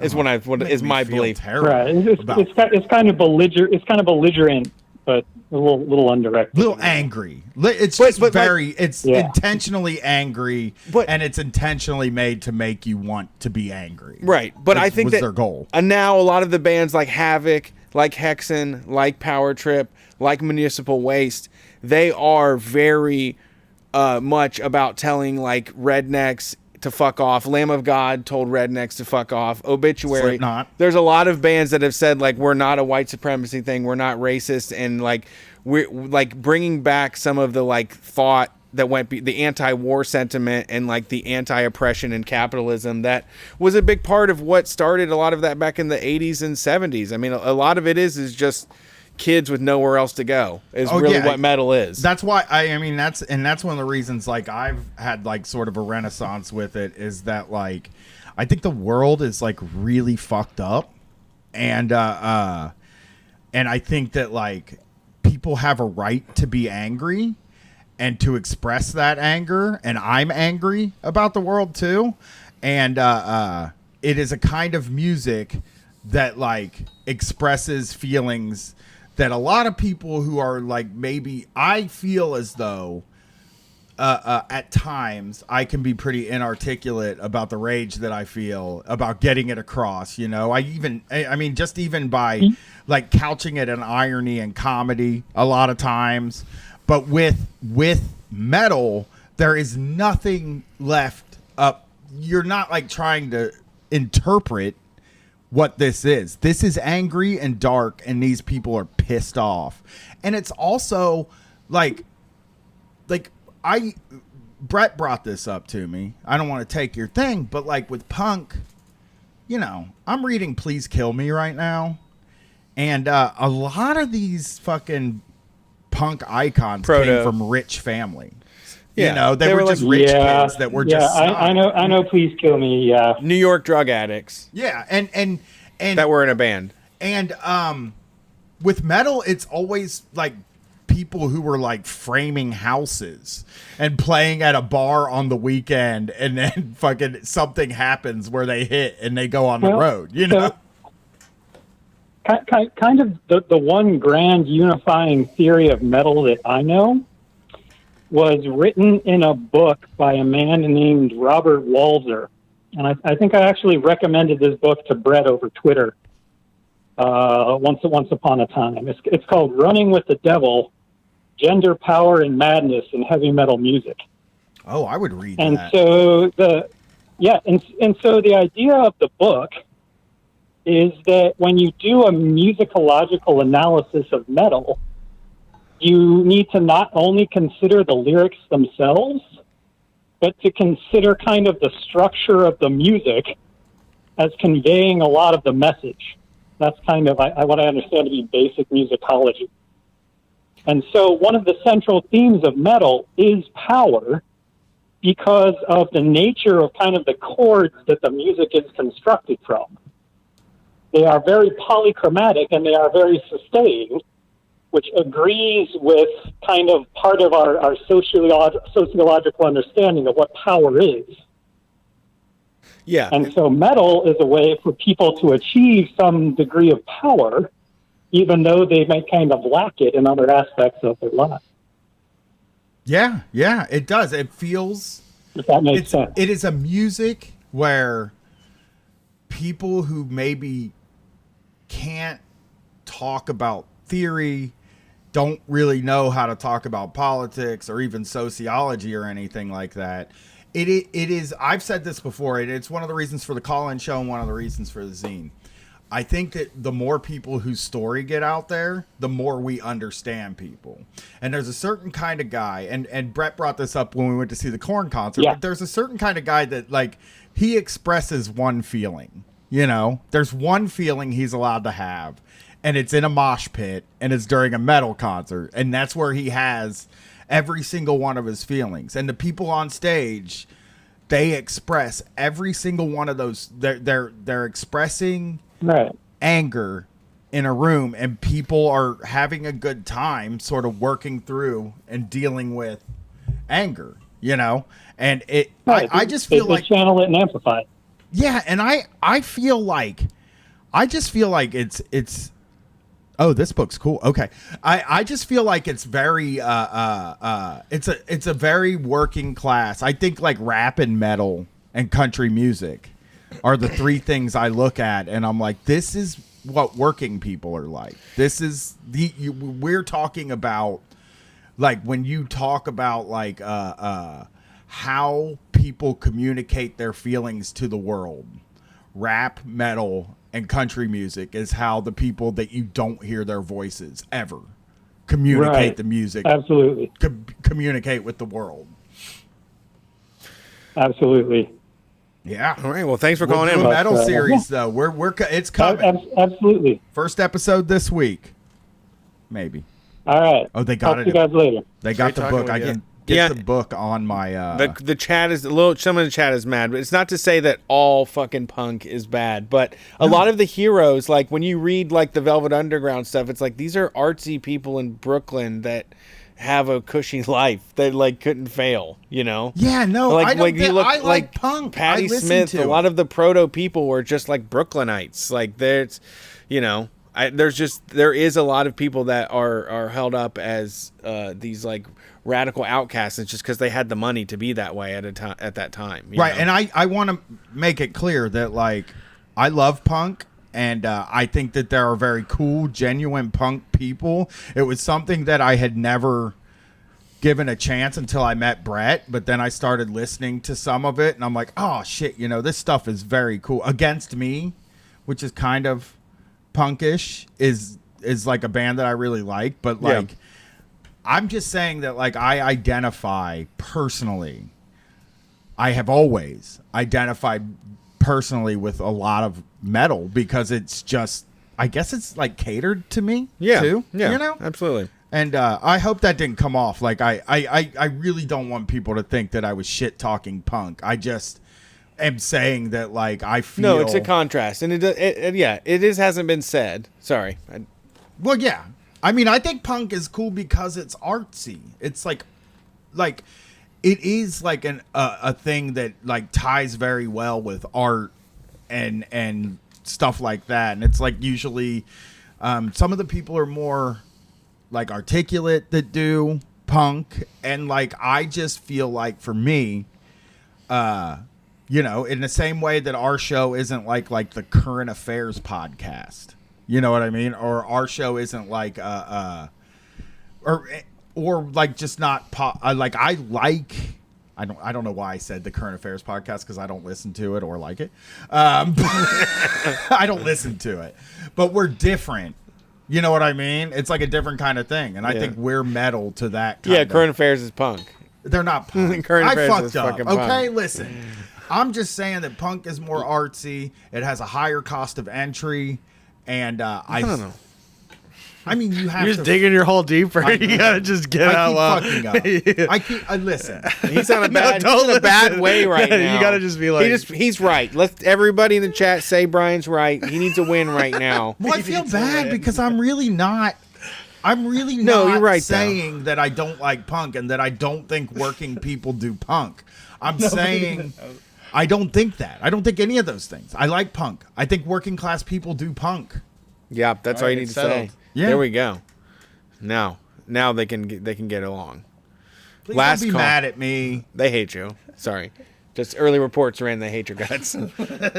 No, they don't. Just mildly. They're going to forgive you. Basically, they'll let it go under the rug. Last call to end them all. Let's see who it is. Thanks for calling Street Fight. Who are we talking to tonight? Hey, this is Henry from the Bronx. What's up? Hey, Henry, what's up? You a punk? What's going on? I know. Now my TV's broken. My car broke down. I have injuries all over my body. My wrist hurts, and my listeners hate me. You just invalidated this young man's experience that punk saved their life when they were a teen. I'm saying. It's okay. I'm joking. It's okay. I'm fucking with you. I mean, I feel guilty now. Like I just shit on something I like. Brett's just fucking with you. It's fine.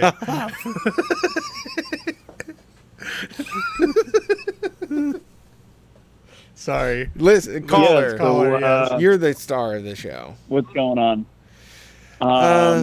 So I'm an electrician in New York City, and I wanted to talk to you guys about how I created a little bit of a backdoor union in my non-union electrical company.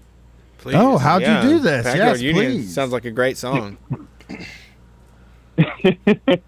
I basically got lucky. A bunch of idiot bosses gave me this bullshit safety position in the company, and the magic words on any job site to get shit that guys need is, well, it's not safe. So pretty quickly I learned to just basically say, hey, that's not safe.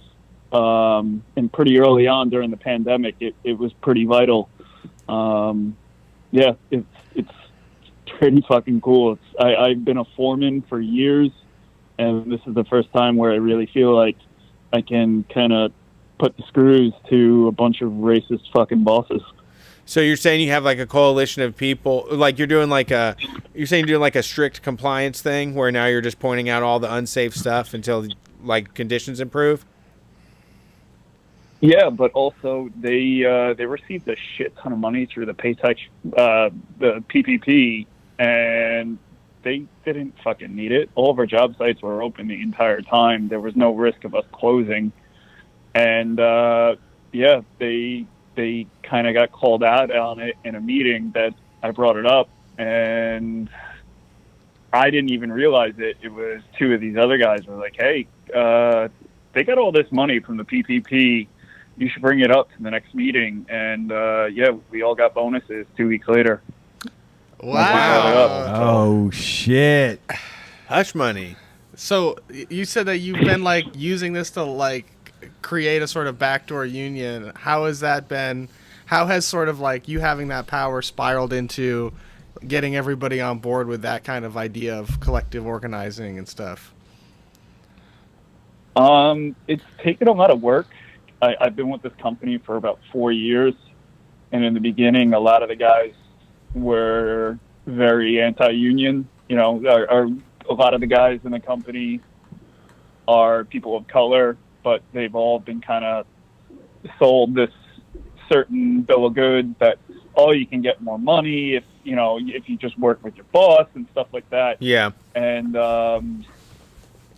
it's taken some chipping away, but really this pandemic has changed a lot of people in the company. People are pissed off. In the beginning, a bunch of the supervisors in the company did not believe in the pandemic at all. And a lot of guys in the company got real sick. I got real sick. My fiance got real sick. There was one night where we were this close to saying, fuck it, like, let's go to Mount Sinai. You can't breathe. But yeah, Did you I take guess, a test? The company just, yeah. Did you got it? You got COVID? Oh yeah, 100%. And it's about 4 months in now. I still have antibodies. I still give blood serum every week. My fiance and I go to the blood centers every Thursday. It fucking sucks. It's 4 weeks of hell. The first week you feel just kind of lethargic and your stomach feels like shit. And the second week it's like switch turns and you can't get out of bed. You're coughing up a storm. You have a constant headache. Your fever's just going. Yeah, and then that third week, you feel better, but anytime you move around, it's like you just walked, I don't know, 60,000 steps like you do, Brian.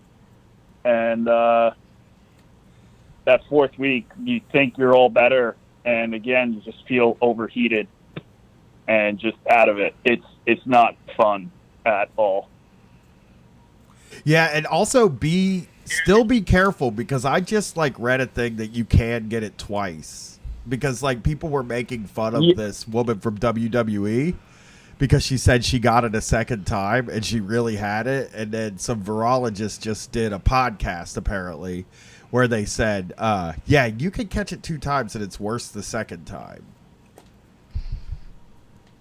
Yeah, if I'm being honest, the last couple days, I felt like shit again, and I haven't left the apartment. Like, I already texted my bosses saying, hey, I'm out today and tomorrow I'm getting tested. It's like, it's really funny you mentioned that. So yeah, I just heard about it today, and I was like, man, because part of me for a period of time was like, I mean, if I got it and I couldn't get it again, like chicken pox, I'll just go get it. You know, like, because I'm an idiot. Going to the Corona party? Yeah, I'm an idiot. You know, I totally feel that way. I don't want to get it. Right. I just feel like this fucking unbearable weight having this thing out there that I don't know how it feels. I don't know what it is, and that I can catch. I mean, I feel like it's even crazier when you've gone through it and you've like dealt with a month of just feeling like shit, and then you're like, and you know exactly what it's going to be like if you have to go through it again. And you're reading memes from people that say it's a hoax to make Trump look bad. Yeah, that's the other thing. That's very that to me is like, it really sucks that so many people think it's a hoax. Like, that it's starting to feel like we're going to get to a critical mass of people who think it's a hoax. It was like, you know, in the week before the mask mandate in Ohio and in Columbus, right, nobody was wearing a mask. I would get dirty looks from people for wearing a mask at the grocery store. And like, I put it on when I go indoors. Like, that's my fucking thing. It's like, I'm usually far away from people and I'm walking and I'm outside and I'm alone. But do they think it's a hoax? Like, I don't feel like most people think it's a hoax. They don't. I think people are just like, I don't want to wear a mask and look stupid. I would rather not be reminded about it. Yeah. I don't. It's uncomfortable. Yeah, there's like, when we went hiking, there was a lot of people without masks, and then Erica was like, I felt like there was no reason to be wearing one if they were just going to breathe all over me, you know? And you just feel that pressure where you're like, fuck it. If we're all going to the hell coaster together, I don't want to have my mouth all covered up and be uncomfortable. Yeah, exactly. It's stupid. Yeah. It's not right. Yeah. But like the way that we went to the hardware store today, and it was way more masked up because of the mandate, and that was all it took was like, no, you actually have to do it. Like, yeah, right. And also it's spiking. I mean, it looks bad. The graphs are out there. Not that graphs have meant anything. I've been sharing graphs for decades on social media. Not that they matter, but I mean, there is an effect happening, you know? Yeah, I agree. Yeah. It is like, sharing graphs hasn't ever worked, you know? But like, no one gives a shit. Well, yeah, it was like always during, like, you show somebody a graph of like the wealth distribution and you can't even get them to jump out of their chair angrily, you know? But like, I'm looking at these graphs and they got me. If I saw that graph, but yeah, they've got me. I'll tell you, I really like, I'm pretty freaked out about the whole thing. Like, and I'm like, there was a period where I think I got a little bit lackadaisical about it. And then when I started seeing these graphs, it snapped me right back into where I was back in March. And I've been a lot better about it. I mean, I wasn't like not wearing a mask at the store. I was still wearing a mask, you know, but I was like, do I really need to hand sanitize 15 times a day? You know? Yes, you do. You have to hand sanitize. You can't touch your face, you know? Do you know how you got it? No, Brett. Yeah, I basically figured it all out. This guy from Corona Queens just got it while being in the neighborhood. brought it to the job site. This mechanic in our company had it. He left the Friday before I called out sick for a month, and he left to go up to Massachusetts that Friday. And basically, if you worked that Friday and worked close to that mechanic, you got sick. And if you didn't work that Friday, you didn't get sick. So right. it definitely, yeah. It's But that easy. You know, it's funny that you mentioned, like, you know, people that don't believe it. My supervisor does not believe it at all. Like, in the beginning, when I started this whole kind of safety council that turned into a backdoor union with, like, union reps, well, safety counselors on each site, but they're really just fucking union reps. I fucking love it. That's what I've been. Me and Brett have been saying. Been saying this for years. It's like, fine, we just won't call it a union then. Yeah. But it's still functionally a union. Yeah, but my supervisor was basically, I told him in the beginning, I was like, hey, listen, like, I get it. For liability reasons, you can't tell guys to get tested if they don't have symptoms, but we can at least recommend it. And my supervisor was like, well, you know, I really saw this video the other day, and, you know, some people, he's obviously talking about himself. He's like, some people, you know, believe that, you know, the testing centers in New York are the places where people are giving the virus. And I was just like, God damn it. Like, I just want to quit this fucking company. Yeah, me and Brett were actually talking. I sent Brett this the day we got back from Tennessee because I was like, holy shit, the new COVID conspiracy is like going to convince a lot of people, and it's like airtight. It's great. And what it is there is an anecdote going around where people are saying their uncle went to the doctor to have his bad knee worked on, and the doctor told him that he sent 10 tests that hadn't even been done to a testing facility, and they all came back positive. And now I've heard it. I've seen it also. I don't understand that logic. What is the... There's screenshots of there's nurses. There's a group of nurses in California that thought it was weird that everybody has COVID.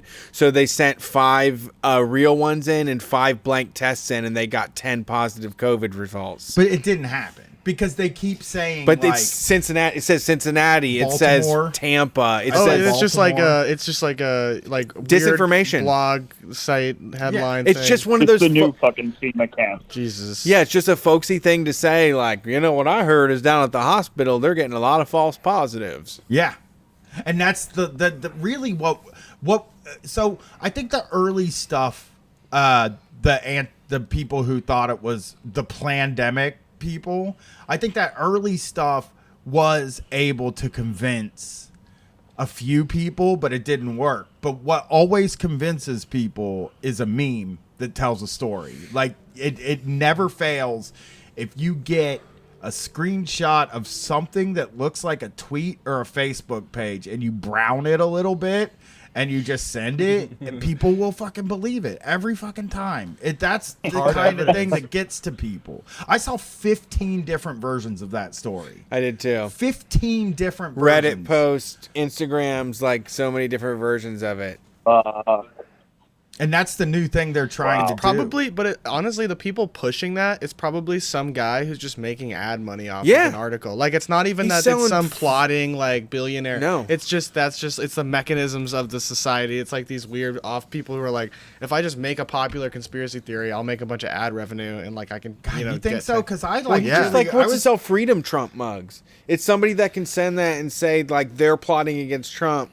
I mean, if you're proud of Trump, you got to get a hot coffee mug, you know, and they buy it for $3 and sell it for $25. Really? Because I was thinking, like, I really did, and maybe this is just me being a dumbass, but I really did feel like it was like capitalists. And when I say capitalists, I mean like Koch brothers, like the high level. I really feel like they sort of fund disinformation campaigns. They do, but I mean, the goal is to get 100%. people back to work.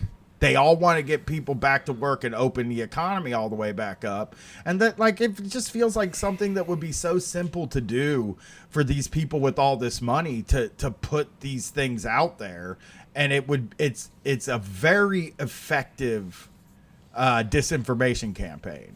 It works. Yeah, I joined I joined all these Facebook groups when they started all the reopen protests and bullshit like that.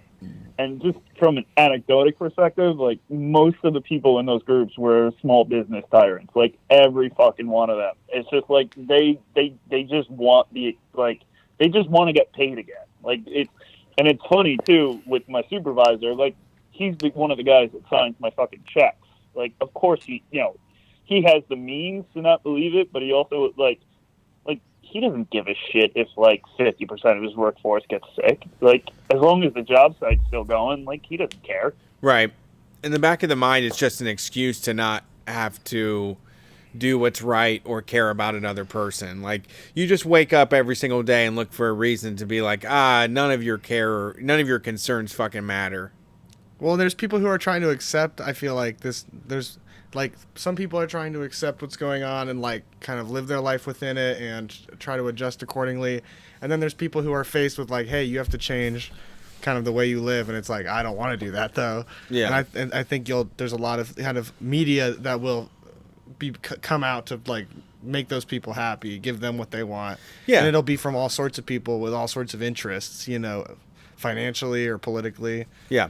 Yeah, Cloudily. the I want to go back to work thing was so bizarre to me because, like, I can't imagine the person that's saying I want to go back to work. So I basically chalked that up to small business owners. They wanted to get back to work because they wanted to open their fucking business, But yeah, it was great. It was great when I was sick because I was collecting unemployment. It was the first time where like I was making good money because non-union foremen make fucking shit, man. Like, it was the electrical job that I fell into. I was a bartender for a couple of years, wanted more stable money, and I was like, fuck it, I'll do this while I finish up grad school. And, like, I on unemployment, I was making more than I was running a job site. And it was just like, you guys really, like, opened my eyes where I was just like, fuck it, why the fuck am I doing this? Like, there really should be a way where I can, realize the life where I'm truly happy instead of working for a bunch of racist, assholes every day. Yeah. I mean, I think, like, taking that risk of quitting the job you hate is like the hardest thing. That's like, it's a real easy for you to say thing. When I say it to people, it's like, you kind of just have to do it and then hope it's going to work out, which coming from me is like, okay, it did end up working out. And I got the thing I wanted, but I can say with a reasonable amount of confidence that not everybody's going to get the job that they want. Like, it's not going to work out for some people, but like, if you don't try, you're going to be mad at yourself forever. Steal some office supplies. Yeah. It's like there's in addition to quitting, get as much money as you can, fake references. Yeah, it's great. It's great that you're doing this, though. This is like a real roadmap for a lot of people, I think. Like, just even hearing this idea of like, okay, like, maybe at my job it seems impossible to do a union campaign, but maybe I can start working things out in this moment. I mean, it's incredible. A little position of power just to push back. Right. That's I think the incredible thing about this story is like me and Brett were saying early on in the lockdown period, like, we have some power. Like, not us personally, because we're our own bosses, but people that were workers, especially essential workers, did have some power, and they still do have some power. And like, that was a time where they really had the opportunity to recognize that power and wield it. And you didn't let it become sort of a missed opportunity. It seems like you really set something up, and that's something to be very proud of. I think you like really did something important. And I think that like the more people do stuff like this, the more their coworkers see the benefits of collectively working together to get a better situation for themselves, Yeah, it really is great because, like I said, I've been running job sites for 4 years, and I fucking hated it. And now this is one of the few times where I'm like, fuck yeah, like, our company is paying for so much right now for extra PPE, and guys are starting to realize, like, wait, hold on, like, there's all this extra money for, you know, COVID bullshit, and you guys are still, like, doing well. Like, where the fuck is my raise? And Yes. it's really opening up a lot of guys. And, like, the one thing I would recommend if other guys want to do this is just frame it to these, you know, the small business tyrants. Be like, oh, this will be good to, like, lower your business insurance. You can, you know, rep it to the insurance company that, oh, we have a safety council that, you know, does weekly reports and bullshit like that. But really what you're doing behind the scenes is making sure every guy is, first and foremost, getting what they need. Like, you know, the apprentices right now in my company, we're getting $15 an hour. And after COVID started, now they're getting $18.50 an hour, which isn't much better in New York City because, you know, you got to pay $125 a month just for, you know, the monthly Metro card, and then more for tools. Like, the cost of entry to enter construction right now in New York City is around probably $3,000 before you can even get on a job site. So a lot of these guys are already in fucking debt. So paying them $15 isn't enough. Yeah, so, for sure. Especially in New York, supplying your own tools that's just such a brutal thing. Oh, it's like I look back now at the beginning of my career when I was like, oh yeah, I'll buy all my tools and like have my own bandsaw, have my own hammer drill, and now I'm just like, what the fuck was wrong with me? Like, I'm just making, you know, my boss richer by doing that. Like, he should be providing all those tools. Like, the basics, yeah, fuck yeah, I'll buy my pliers every day. But this other shit, like, man, yeah. So yeah, just recommend to your bosses or whatever, hey, let's start a safety council to help you lower the insurance, and then really behind the scenes you start getting guys that, you know, have been kind of radicalized by all this, because people are realizing, like, the bosses are not your fucking friend. They will never be your friend. No matter how many times they say, oh, this is a family, fuck no. Family don't treat each other like this. Yeah. That's great. Yeah.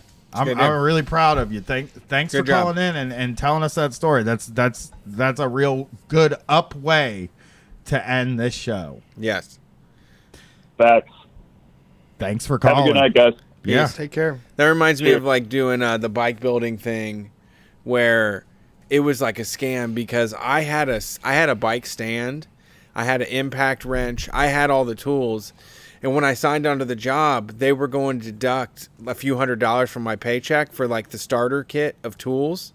Like, they were selling me a bike stand and a wrench, and they were selling me all this stuff. And I was like, I already have them. And they're like, what do you mean? I'm like, I have the tools. They're like, well, we provide our own thing. And I'm like, no, you pay me to put bikes together. I'm not going to pay for tools I already got.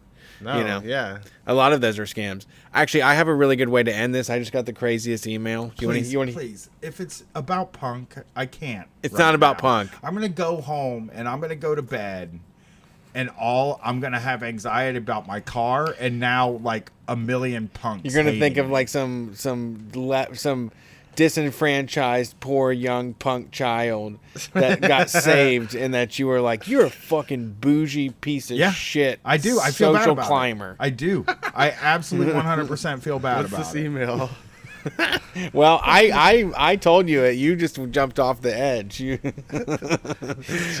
Listen to this email. Scything in Suburbia. Hey, y'all. This is a note for Brett. In a not-so-recent show, you mentioned becoming a lawn guy, and this made me sad. My wife and I also just bought a house, and we both agreed we would not become lawn people. We are for sure surrounded by them, but we moved in April and have yet to mow the lawn. April. Parts of it now stand at above 3 feet tall and remind me of grasses you might see growing out of sand dunes at the beach. Cool. This is not to say we haven't trimmed most of the yard at some point. However, this was done with a scythe. Wow, cool. That's sweet. Initially, we had multiple neighbors offering us mowers, edgers, etc. But once I got out there with the scythe, most of that neighborly help and advice has gone quiet. I suggest you become a scythe guy instead. It's a great workout, uses no fossil fuels, and I can't help but think it's a deterrent for unsolicited lawnscaping advice.